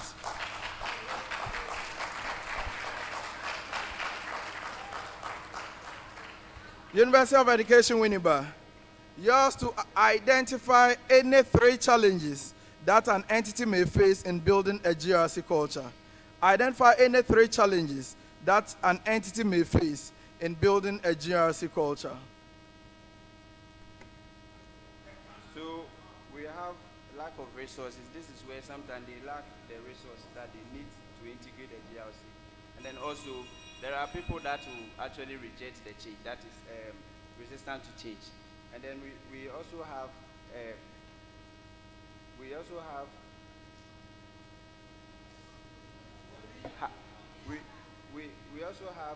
how you may be able to communicate to them for them to understand why the GRC matters. Okay, inconsistent messaging, that is correct.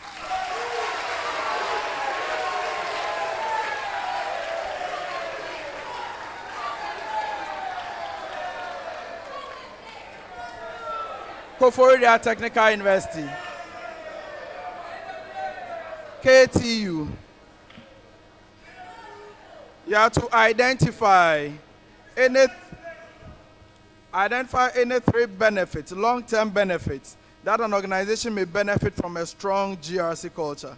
Identify any 3 long-term benefits that an organization may benefit from a strong GRC culture. We have better communication, strong reputation, better decision making, and encourage employee involvement. Yes, that is correct.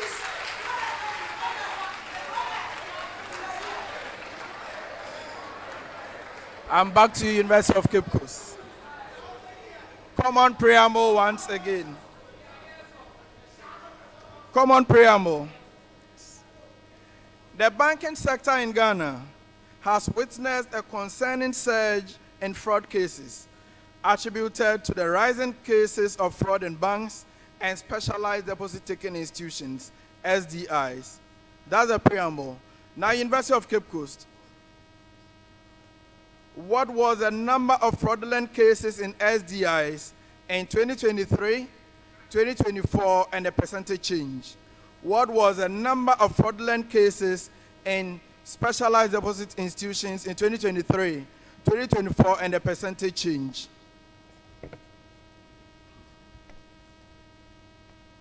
Okay, so with 2024, we have 2023. So with 2023, we have 716, and with 2024, we have with 20. Let me come. So with 20. Please, let's respect them on stage. So with 2024, it is 716, and with 2023, it is 969, with a percentage change of. We have negative, that is decrease with negative 0.35. I'm not going to accept that. Bonus is available. University of Education, Winneba, please. 2023, it was 15,865, which surged to 16,733. The percentage change is 5%. Yes.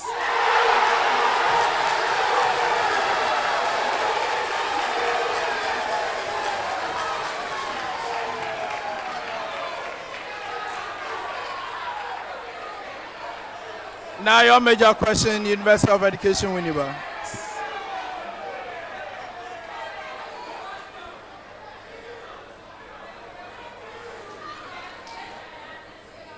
UEW.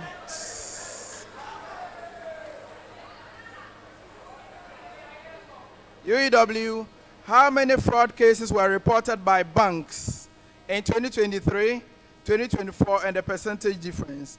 How many fraud cases were reported by banks in 2023, 2024, and the percentage difference?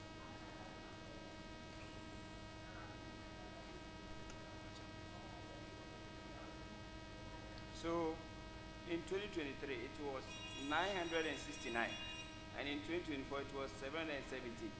It has reduced, and then the percentage difference is 26%. I will accept that. So you get the difference?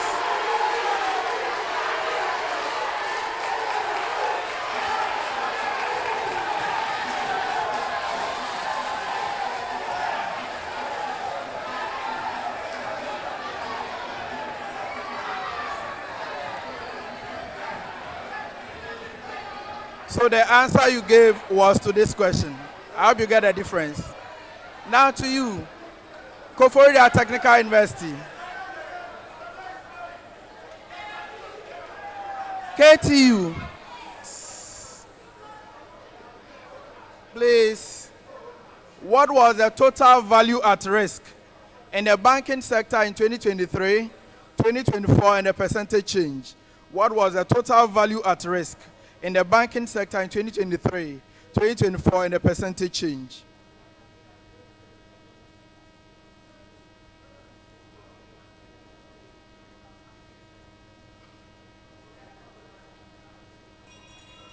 Even better, bonus is available. Okay, University of Cape Coast. Okay, so in the year 2024, it is 99 million.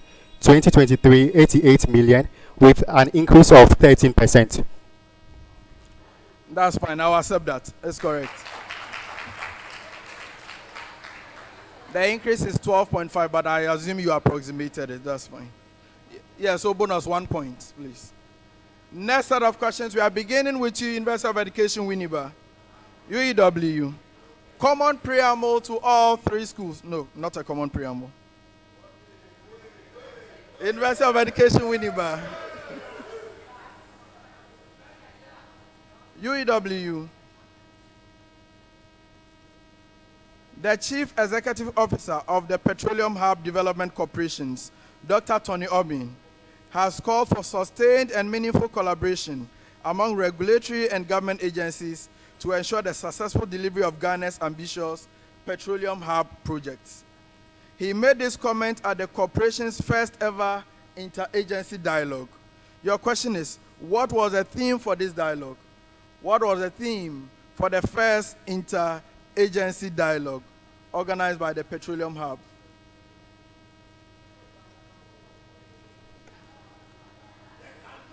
So we have building an energy hub of choice, and then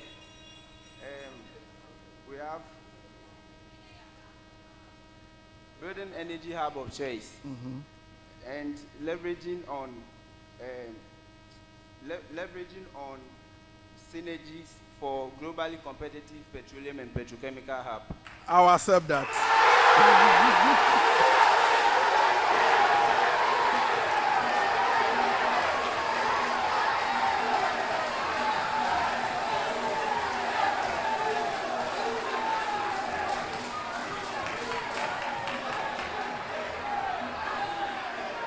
Koforidua Technical University. Koforidua Technical University.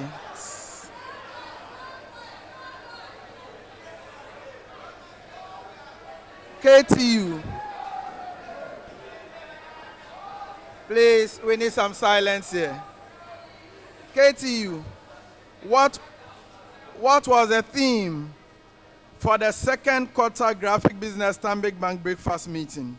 What was the theme for the second quarter graphic business Stanbic Bank breakfast meeting? Food security.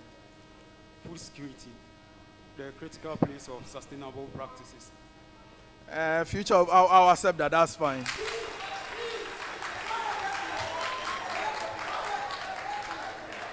I'm sure you are waiting for bonus. No, you know, it's sometimes you need to allow some of these things. Okay. Now to University of Cape Coast. The Ghana Revenue Authority has set an ambitious target to raise at least 360 billion cedis in tax revenue by the end of 2028 as part of its medium-term strategy. This was made known by the Acting Commissioner General during an X-Space discussion with the media. What was the theme for this discussion? What was the theme for the discussion on X-Space? You can go ahead. Hey, resetting Ghana's revenue mobilization. Yes.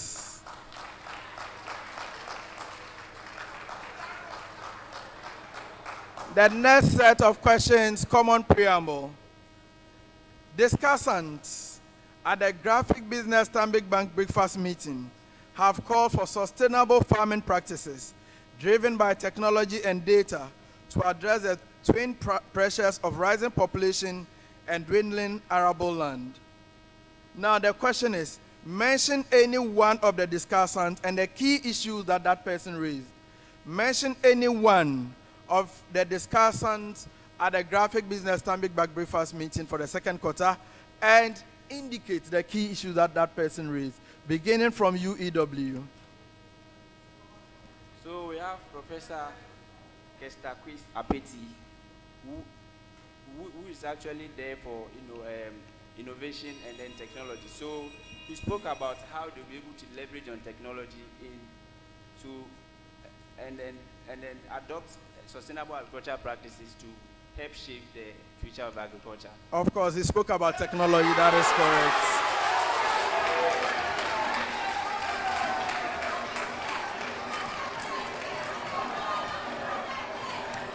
Now to you. Koforidua Technical University.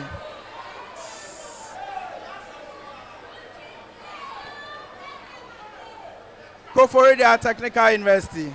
So we have Alberta Nana Echan Akusan.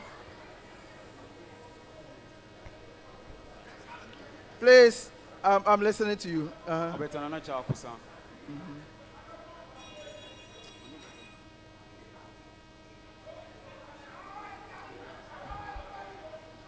Okay. So they are not able to continue. 1 out of 3.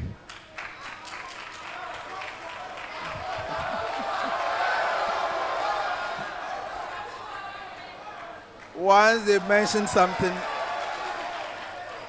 Now to you, University of Cape Coast.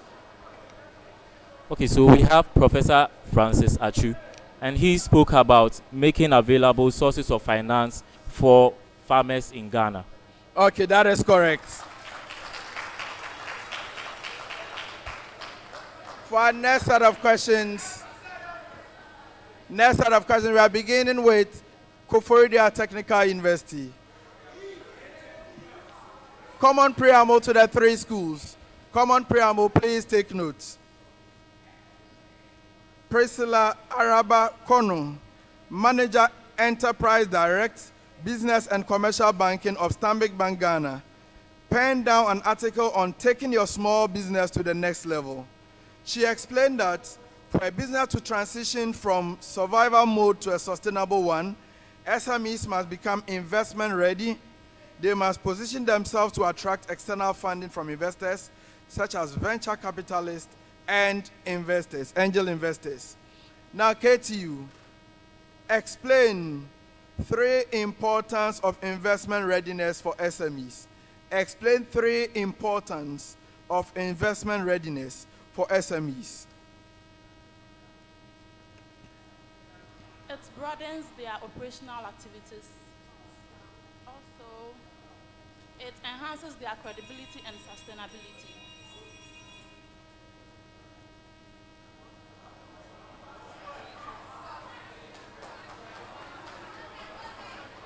It also increases production. Please, no. I need you to be specific with your answers. Let's start. It enhances operational activities. It brings about credibility and sustainability.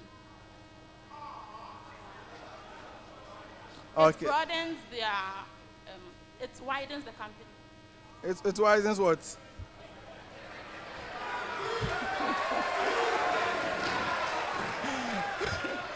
I'll give you 2 out of 3. 2 out of 3, please. UCC, University of Cape Coast. Mention and explain briefly any 3 challenges SMEs face in securing investment. Mention and explain briefly any 3 challenges SMEs face in securing investment.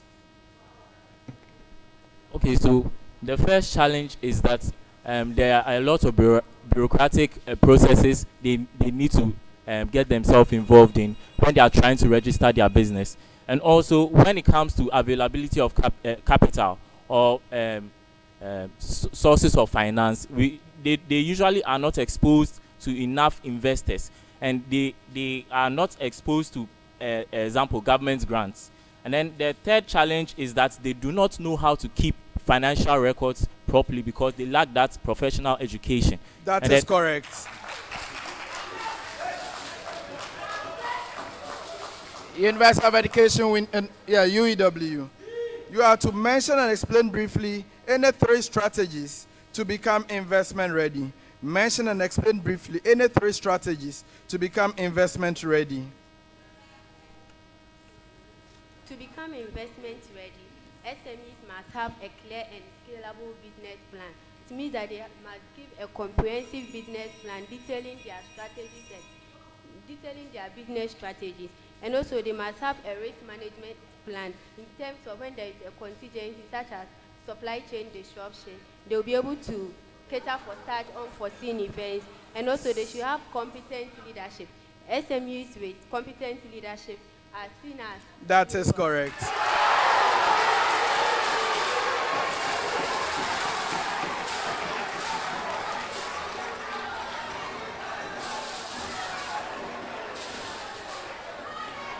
Our last set of questions.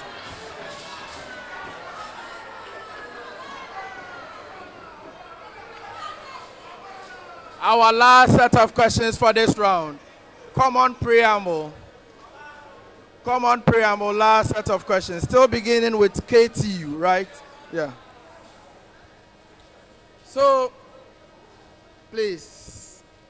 The 2025 Customer Satisfaction and Brand Health Report evaluated overall service quality using the SERV-PEF model, focusing on 5 key dimensions. For each of the following dimensions that I'm going to mention to you, you have to identify the top 3 banks in that dimension. Do you get it? So I'm going to mention a dimension to you. Your duty is to tell me the top 3 banks on that dimension based on the report titled 2025 Customer Satisfaction and Brand Health. Beginning with Koforidua Technical University. KTU, yours is responsiveness. Responsiveness. So we have GCB, FNB, and Stanbic Bank. Yep. Even bailed out. That is not correct. Bonus is available. UEW. We have Cow Bank, we have Zenith Bank, and we have Absa Bank. Yes.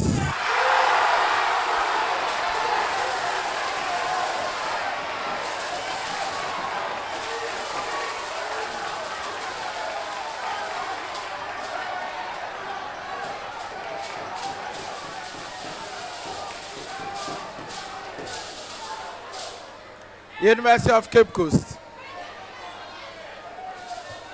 University of Cape Coast.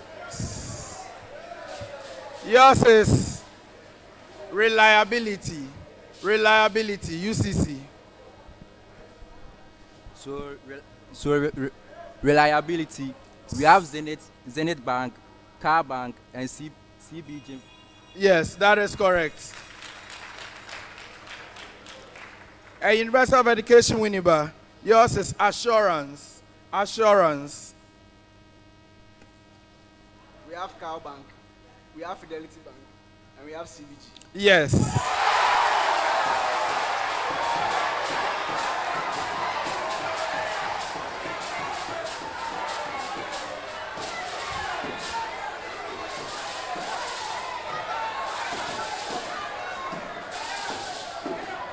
On that note, we come to the end of round 4. So please,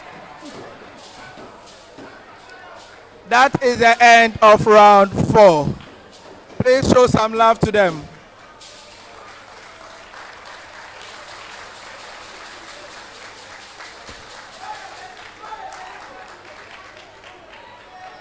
We have 2 more rounds to go. We have 2 more rounds to go. But before we get the scores for round 4, let me find out from you. UEW, how is the contest going for you so far?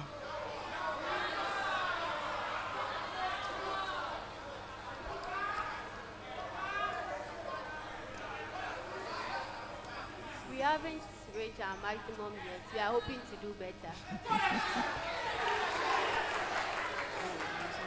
Koforidua Technical University, how is it going for you? It is not going as expected, but we'll still do our best. All right. And University of Cape Coast, how is it going for you? Well, the composure is still there, and we have 2 more rounds to go. So let's see. All right.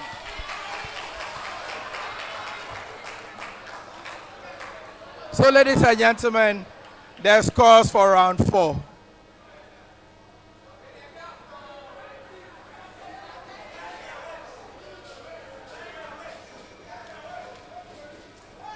All right.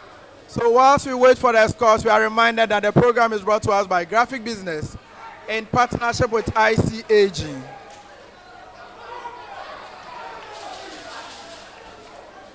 Ladies and gentlemen, at the end of round 4, the scores.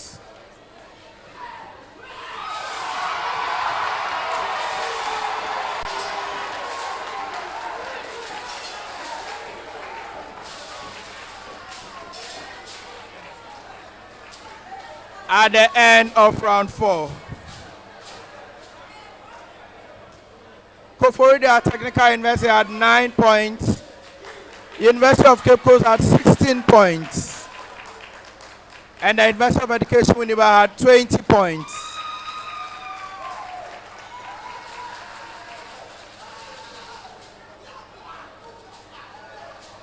We are going into round 5, 2 or 4 segments. In this round, I'm going to read out some statements to you. Your duty is to tell me if the statement is true or false. You have 10 seconds within which to give me an answer. I hope you get that. You may decide not to answer, in which case the remaining schools can rank for a bonus under the same conditions. Please, are we ready? Each of you will attempt 6 major questions. Where are we starting from? Okay, I think UEW. University of Education Winneba.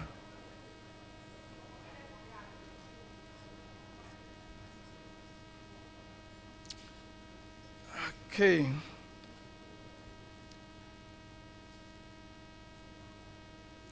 The most appropriate method for procuring technical services valued at 3 million cedis is a national competitive tendering.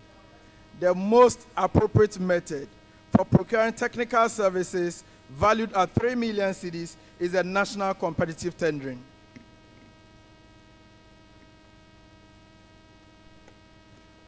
True. Yes, it's true.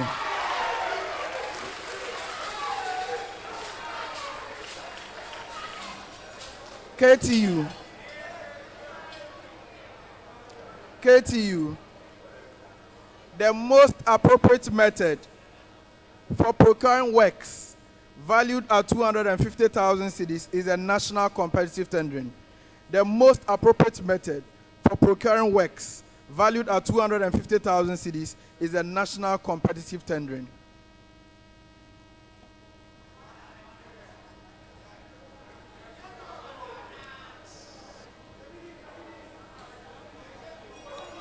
Even bailed out, bonus.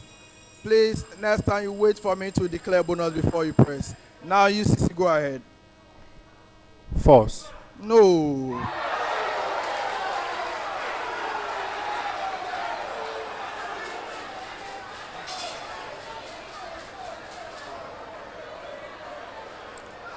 Now your major question, UCC.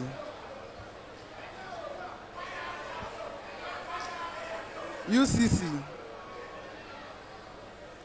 The most appropriate method for procuring 50 laptops valued at 90,000 cedis is price quotation. The most appropriate method for procuring 50 laptops valued at 90,000 cedis is a price quotation.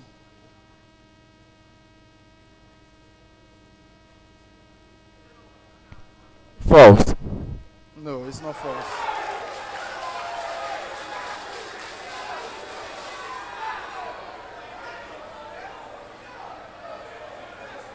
University of Education, Winneba. UEW.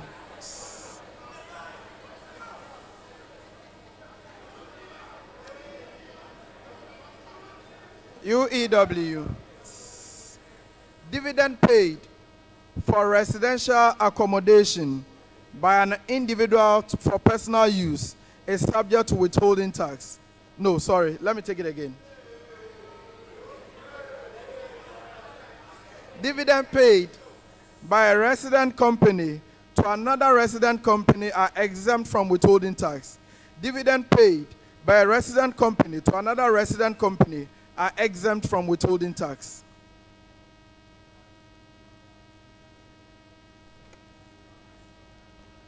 True. It's not true.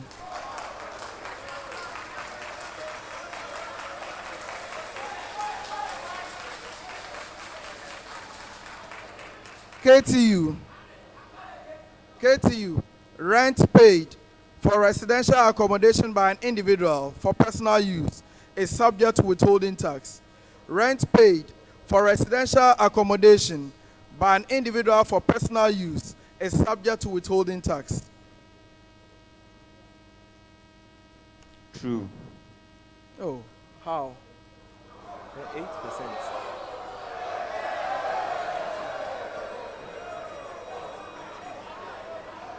It's not true, it's false.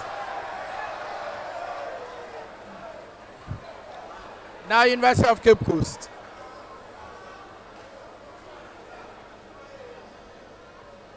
UCC. A Ghanaian company that pays consultancy fees to a non-resident must withhold tax even if the services were performed outside Ghana.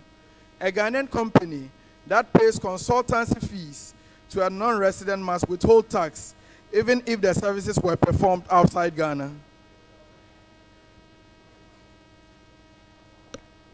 True. Yes, it's true. For the next set of questions, we are beginning with KTU, Koforidua Technical University.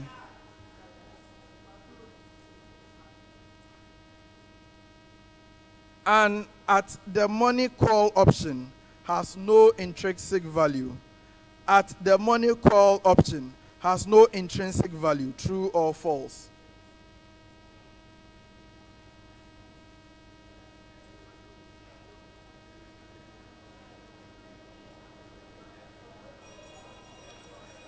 Bonus is available.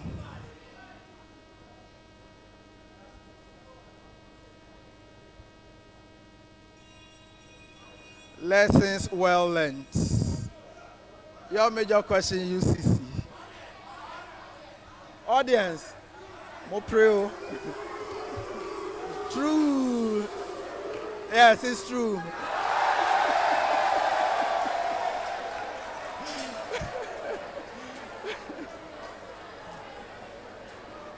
Now, University of Cape Coast.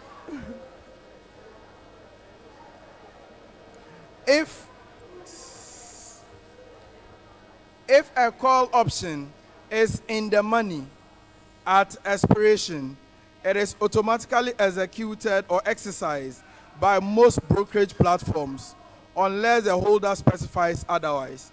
If a call option is in the money at expiration, it is automatically exercised by most brokerage platforms unless the holder specifies otherwise. True. Yes, it's true.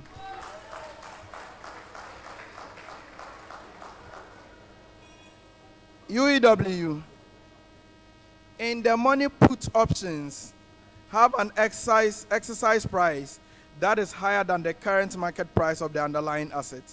In the money put option has an exercise price that is higher than the current market price at or of the underlying asset.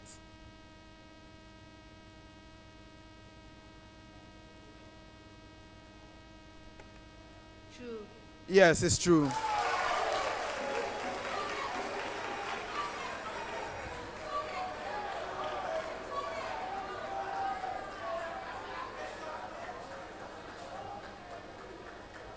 Koforidua Technical University.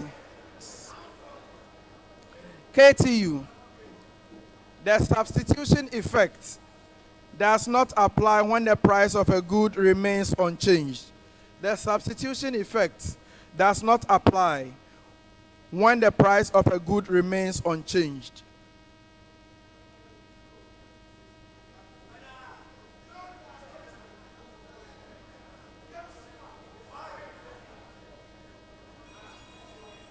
Bonus is available. False. University of Cape Coast. False. It's not false.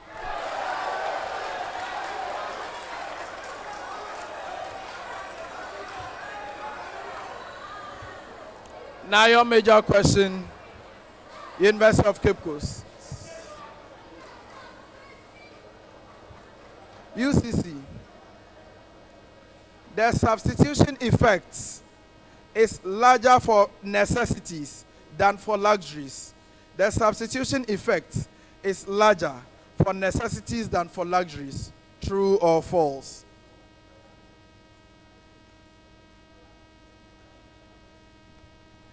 True. It's not true.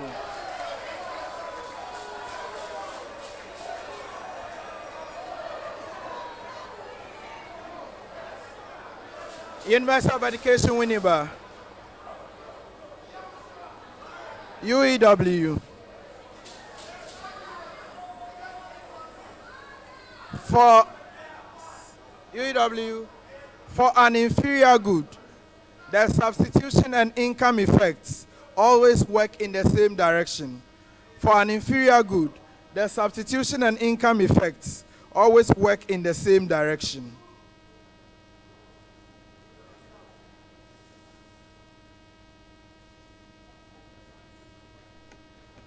True. It is not true.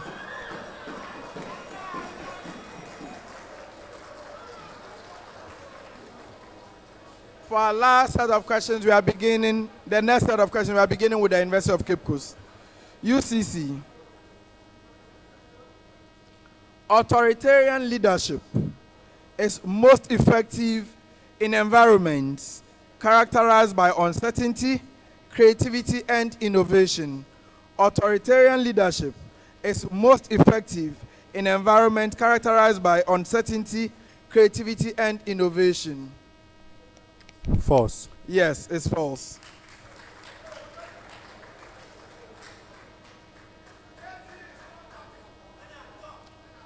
UEW. Authoritarian personalities in management are more likely to exhibit cognitive rigidity and resistance to dissenting views. Authoritarian personalities in management are more likely to exhibit cognitive rigidity and resistance to dissenting views. It is true. Yes, it is true.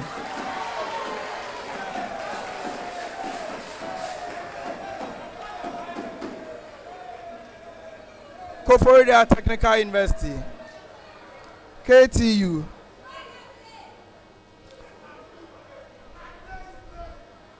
Authoritarian leadership aligns more closely with theory X assumptions of human motivation than with theory Y.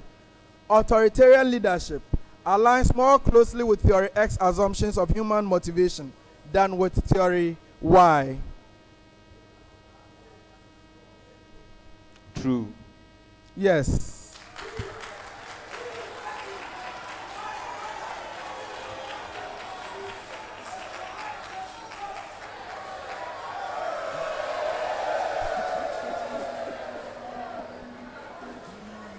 Last set of questions. Last set of questions for this round. University of Cape Coast. A material uncertainty related to going concern always results in a modified audit opinion. A material uncertainty related to going concern always results in a modified audit opinion.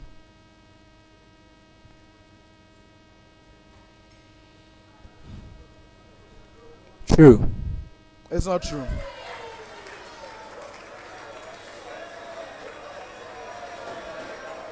UEW. When no material uncertainties exist and the going concern basis is appropriate, no disclosure is required in the financial statement. When no material uncertainties exist and the going concern basis is appropriate, no disclosure is required in the financial statement.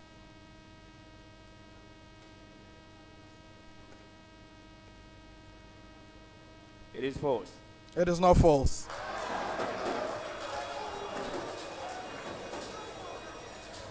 KTU.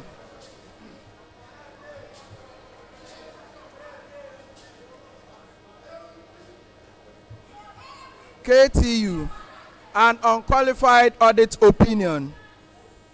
An unqualified audit opinion can still include an emphasis of matter paragraph relating to going concern. An unqualified audit opinion can still include an emphasis of matter paragraph relating to going concern.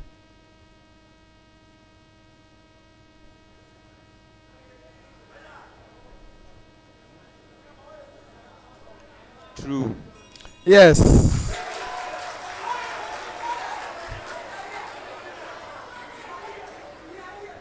Ladies and gentlemen, that is the end of round 5.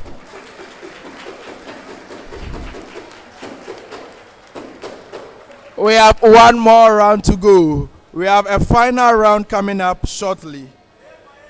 But before then, we will take the scores for round 5. We are reminded that the program is brought to us by Graphic Business in partnership with the Institute of Chartered Accountants Ghana. Our sponsors include MTN Ghana, PwC, Gold Ghana, Piva Beverages, Glyco Life, Compu Ghana, as well as GCB Bank. This is the Southwest Zone final. From this zone, we move to the Southeast. Yes, the scores for round 5.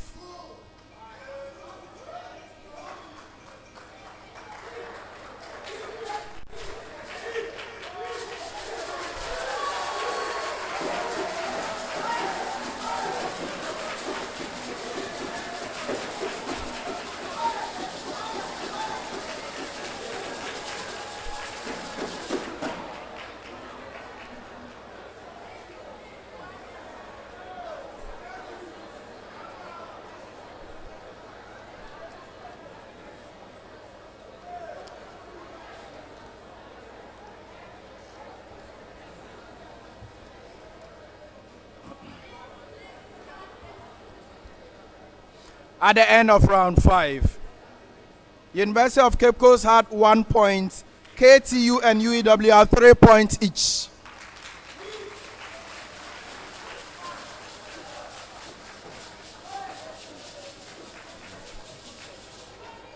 Ladies and gentlemen, the contest is far from over. We are going into the last round, the riddles. There are 5 riddles at stake. 5 riddles means that we have a maximum of 25 points at stake. This means that it can be anyone's game. There will be 5 radars in all. The radars are open to all 3 schools. The radars are open to all schools. The first school to ring their bell will be required to give an answer. If you give a wrong answer, you can no longer partake in that radar. If there are further clues, I'll read them to the hearing of the remaining 2 schools. Are you okay? There's a weighting system on the scoring. If you got it correct on the first clue, 5 points. Answering on the second clue correctly is 4 points. Answering on any other clue thereafter is 3 points. Please, are we ready? UEW, are you ready? KT, are you ready? UCC, are you ready? Let's do this. Please, silence. Total silence, please.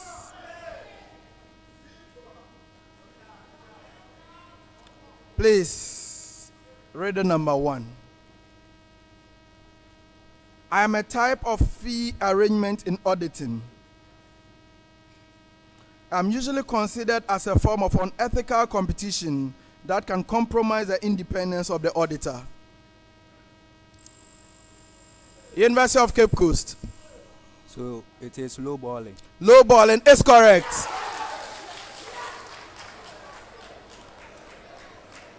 They answered on the second clue, 4 points. 4 points. Riddle number 2. Riddle number 2. I am a theory in psychology and cognitive science. I have wide application in education, communication psychology, and marketing. I was first proposed by Frederick Ballet and later developed by Jean Piaget in the context of cognitive development. 3. My key processes are assimilation, accommodation, and retrieval. 4. As a cornerstone of cognitive science, I explain how individuals organize and retrieve information using mental frameworks. 5. I suggest that all knowledge is organized into units or schemas, which are mental structures that help individuals understand. University of Cape Coast. Heuristics. No, that is not correct. University of Education, Winneba. Organizational schemata.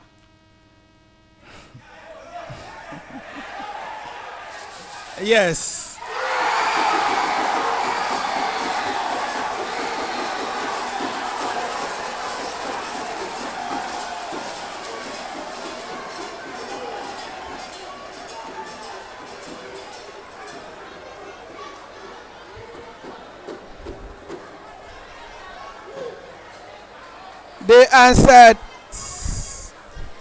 They answered on the last clue, that is 3 points. Riddle number 3. Riddle number 3. I am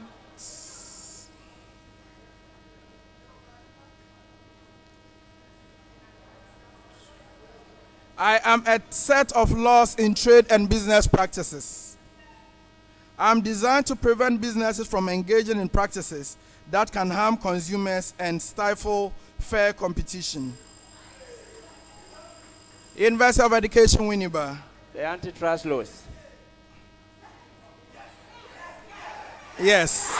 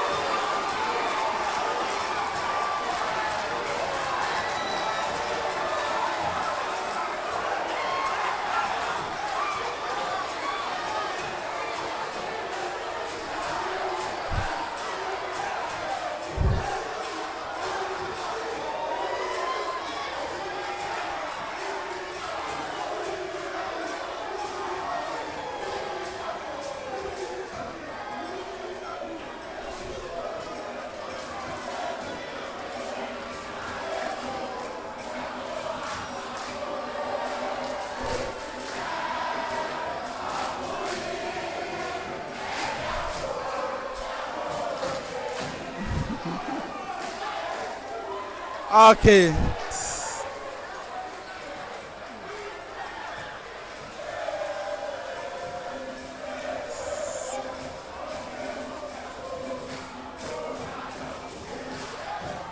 Okay.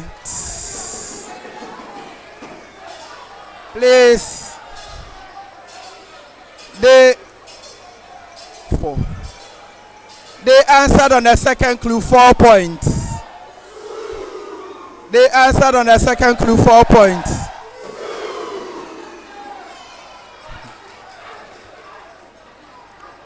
Riddle number 4. Riddle number 4. I am a type of market. I am a type of market with mention in international trade, legal and ethical business practices. University of Cape Coast. The grey market. Yes.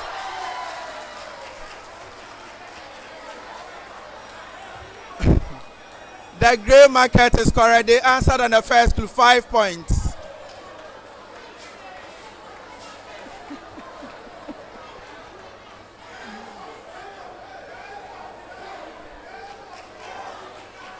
Last riddle. Last riddle and the last question.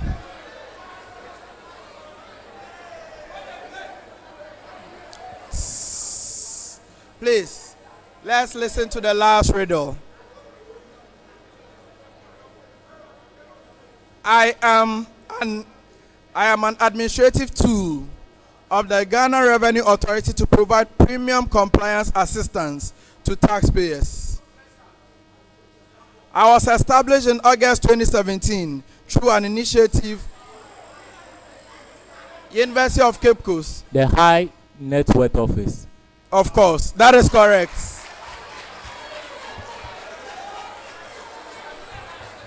They answered on the second clue 4 points. 4 points. So, ladies and gentlemen, that brings us to the end of the contest.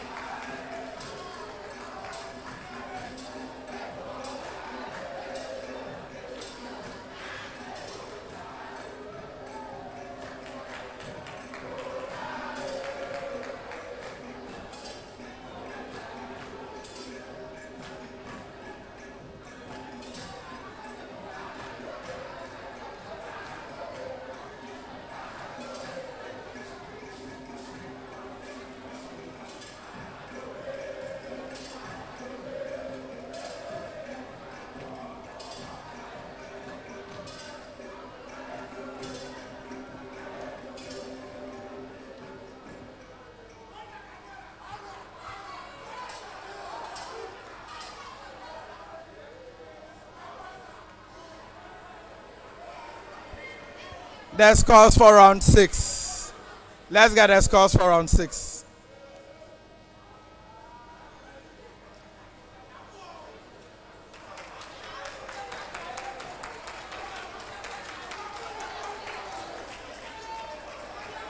Okay. So the scores for round 6, ladies and gentlemen.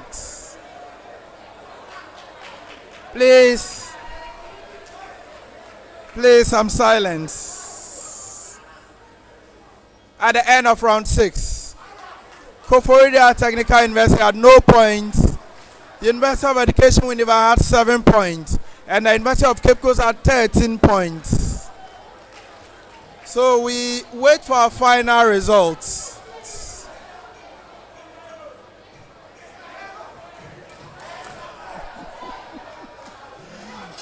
All right. Please, whilst we wait for our final results, so before our final results come in, I want to engage my contestants on stage, beginning with the University of Cape Coast. Now, UCC. Okay, thank you. How do you see your performance in this contest? Thank you very much, Quiz Master. Please. Thank you very much, Quiz Master. I think today we performed our utmost best. We gave it our all. Ultimately, there has to be a winner. So that's what happened. But we are going to work on ourselves, and hopefully next time there will be more violence. What do you think went wrong? I think, honestly, it was the stage fright. Okay. Honestly, it was the stage fright. But we are going to work on that one. And in the nationals, we will deliver. Do I take it that you've considered defeat already? Well, let's hope. Let's hope not to. All right, that's fine. Koforidua Technical University, how do you assess your performance in this contest? It didn't go as we expected, but we'll come back better next time. What do you think went wrong? We didn't have enough. Preparation wasn't adequate. Okay, all right. University of Education Winneba, how do you assess the contest? So it has not been easy. From round 1 to round 6, it's been very tough. But then, if you look at what we do at our training session, you can see that this has been the worst performance. But we still believe that the best will win.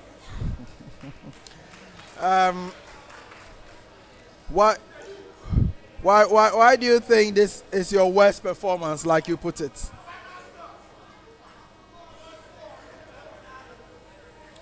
The microphone is off. Yeah.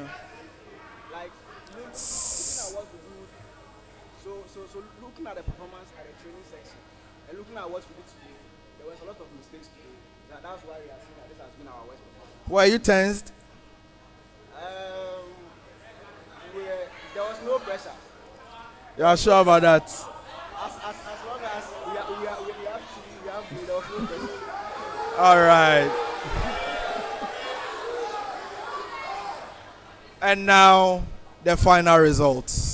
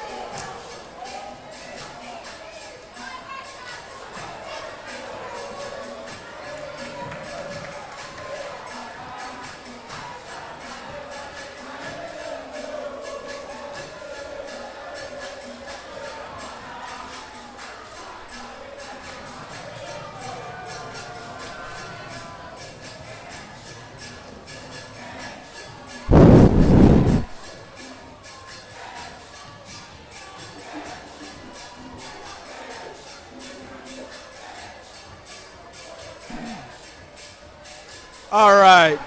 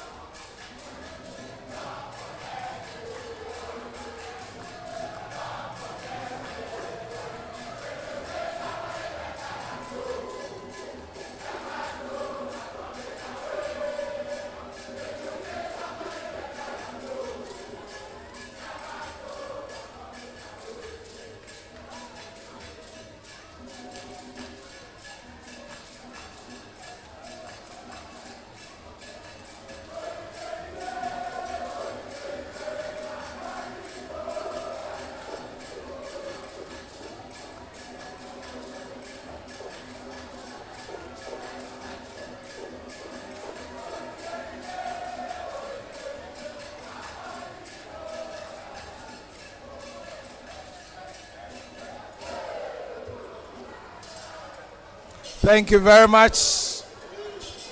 Ladies and gentlemen,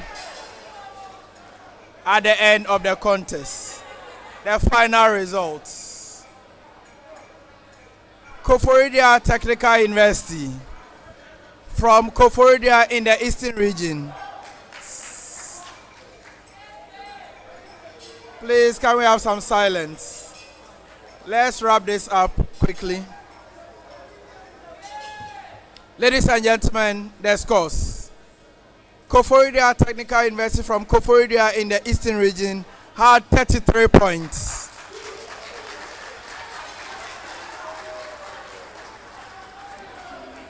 University of Cape Coast. University of Cape Coast from Cape Coast in the Central Region had 63 points. University of Education Winneba from Winneba in the Central Region had 67 points. Ladies and gentlemen, by these results and by the powers in me vested as a quiz master of the Tertiary Business Science Challenge, I hereby declare that still the defending champion or the champion for the Southwest Zone is the University of Education Winneba.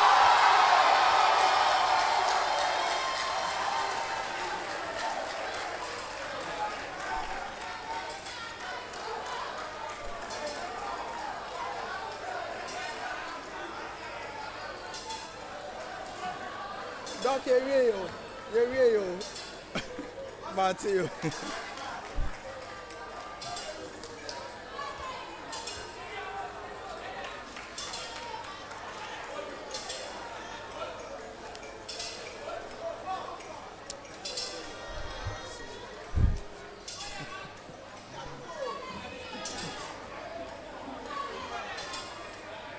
All right. So the coaches are proud of their boys, their men and women. The coaches are proud of their team.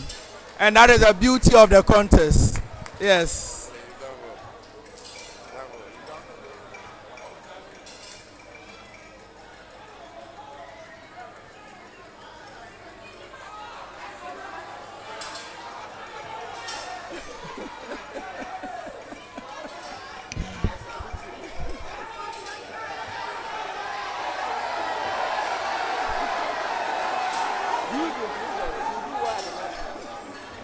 Please, we are not done. We are not done.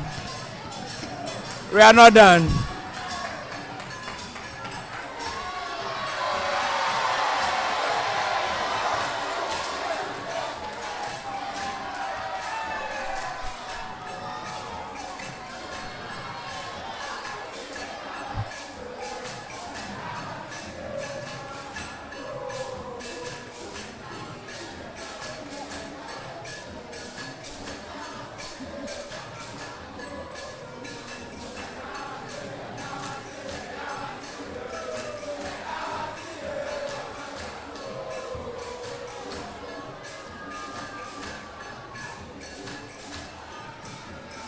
Okay. So thank you.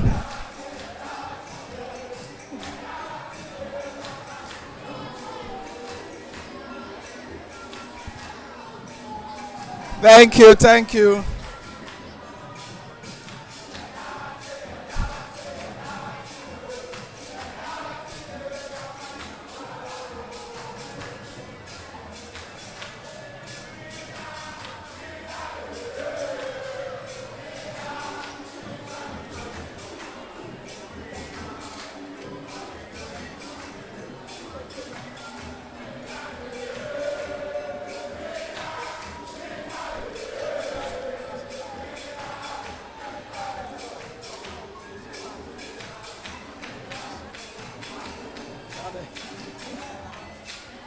Okay, thank you.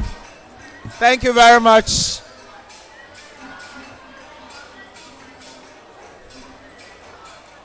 So, ladies and gentlemen, the contest, the Southwest Zone final has come to an end. The Northern Zone was won by the SD Dombo University of Business and Integrated Development Studies. The Middle Zone by the Kwame Nkrumah University of Science and Technology. And now the Southwest Zone by the University of Education Winneba. The next stop is the Southeast Zone. So, ladies and gentlemen, we want to congratulate all three schools for, please. We want to congratulate all three schools for the wonderful performance on stage. Indeed, all three of you have qualified to represent the Southwest Zone at the National Championship. I wish you the very best of luck at the national event. Congratulations to you all. So, ladies and gentlemen, before we sign off, I want to appreciate the management of the University of Education Winneba for accepting us here. The Vice Chancellor, especially the Pro Vice Chancellor, the Registrar, as well as the Dean for the Business School, Professor Richard Odro, the Vice Dean, Dr. Yamwa, for graciously accepting us and sacrificing to ensure that we have this contest. Thank you so much, sirs. Of course, to the three universities and then the fourth one, Indian School of Business, for showing or for appearing at this zonal championship. Your support and participation in the TBSC cannot be taken for granted. We appreciate whatever you do. To our audience, both in person and those who watched us online, we thank you so much for being a very lively audience. We are grateful. And of course, to my wonderful production team there, Yvonne Ai, Stella, David Abel, Felix Tay, Alfred Akweje, Malik Haruna, David Abubakar, and SJC. Thank you so much for always ensuring that we have seamless coverage. My final appreciation is to our sponsors, without whom we wouldn't have been able to come your way with this program. Especially Graphic Business and ICAG, their partners in this.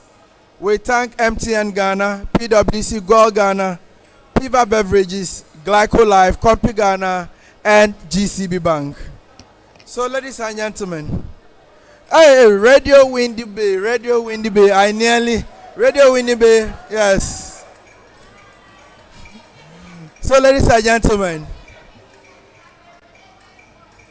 I want to thank you so much for being part of this.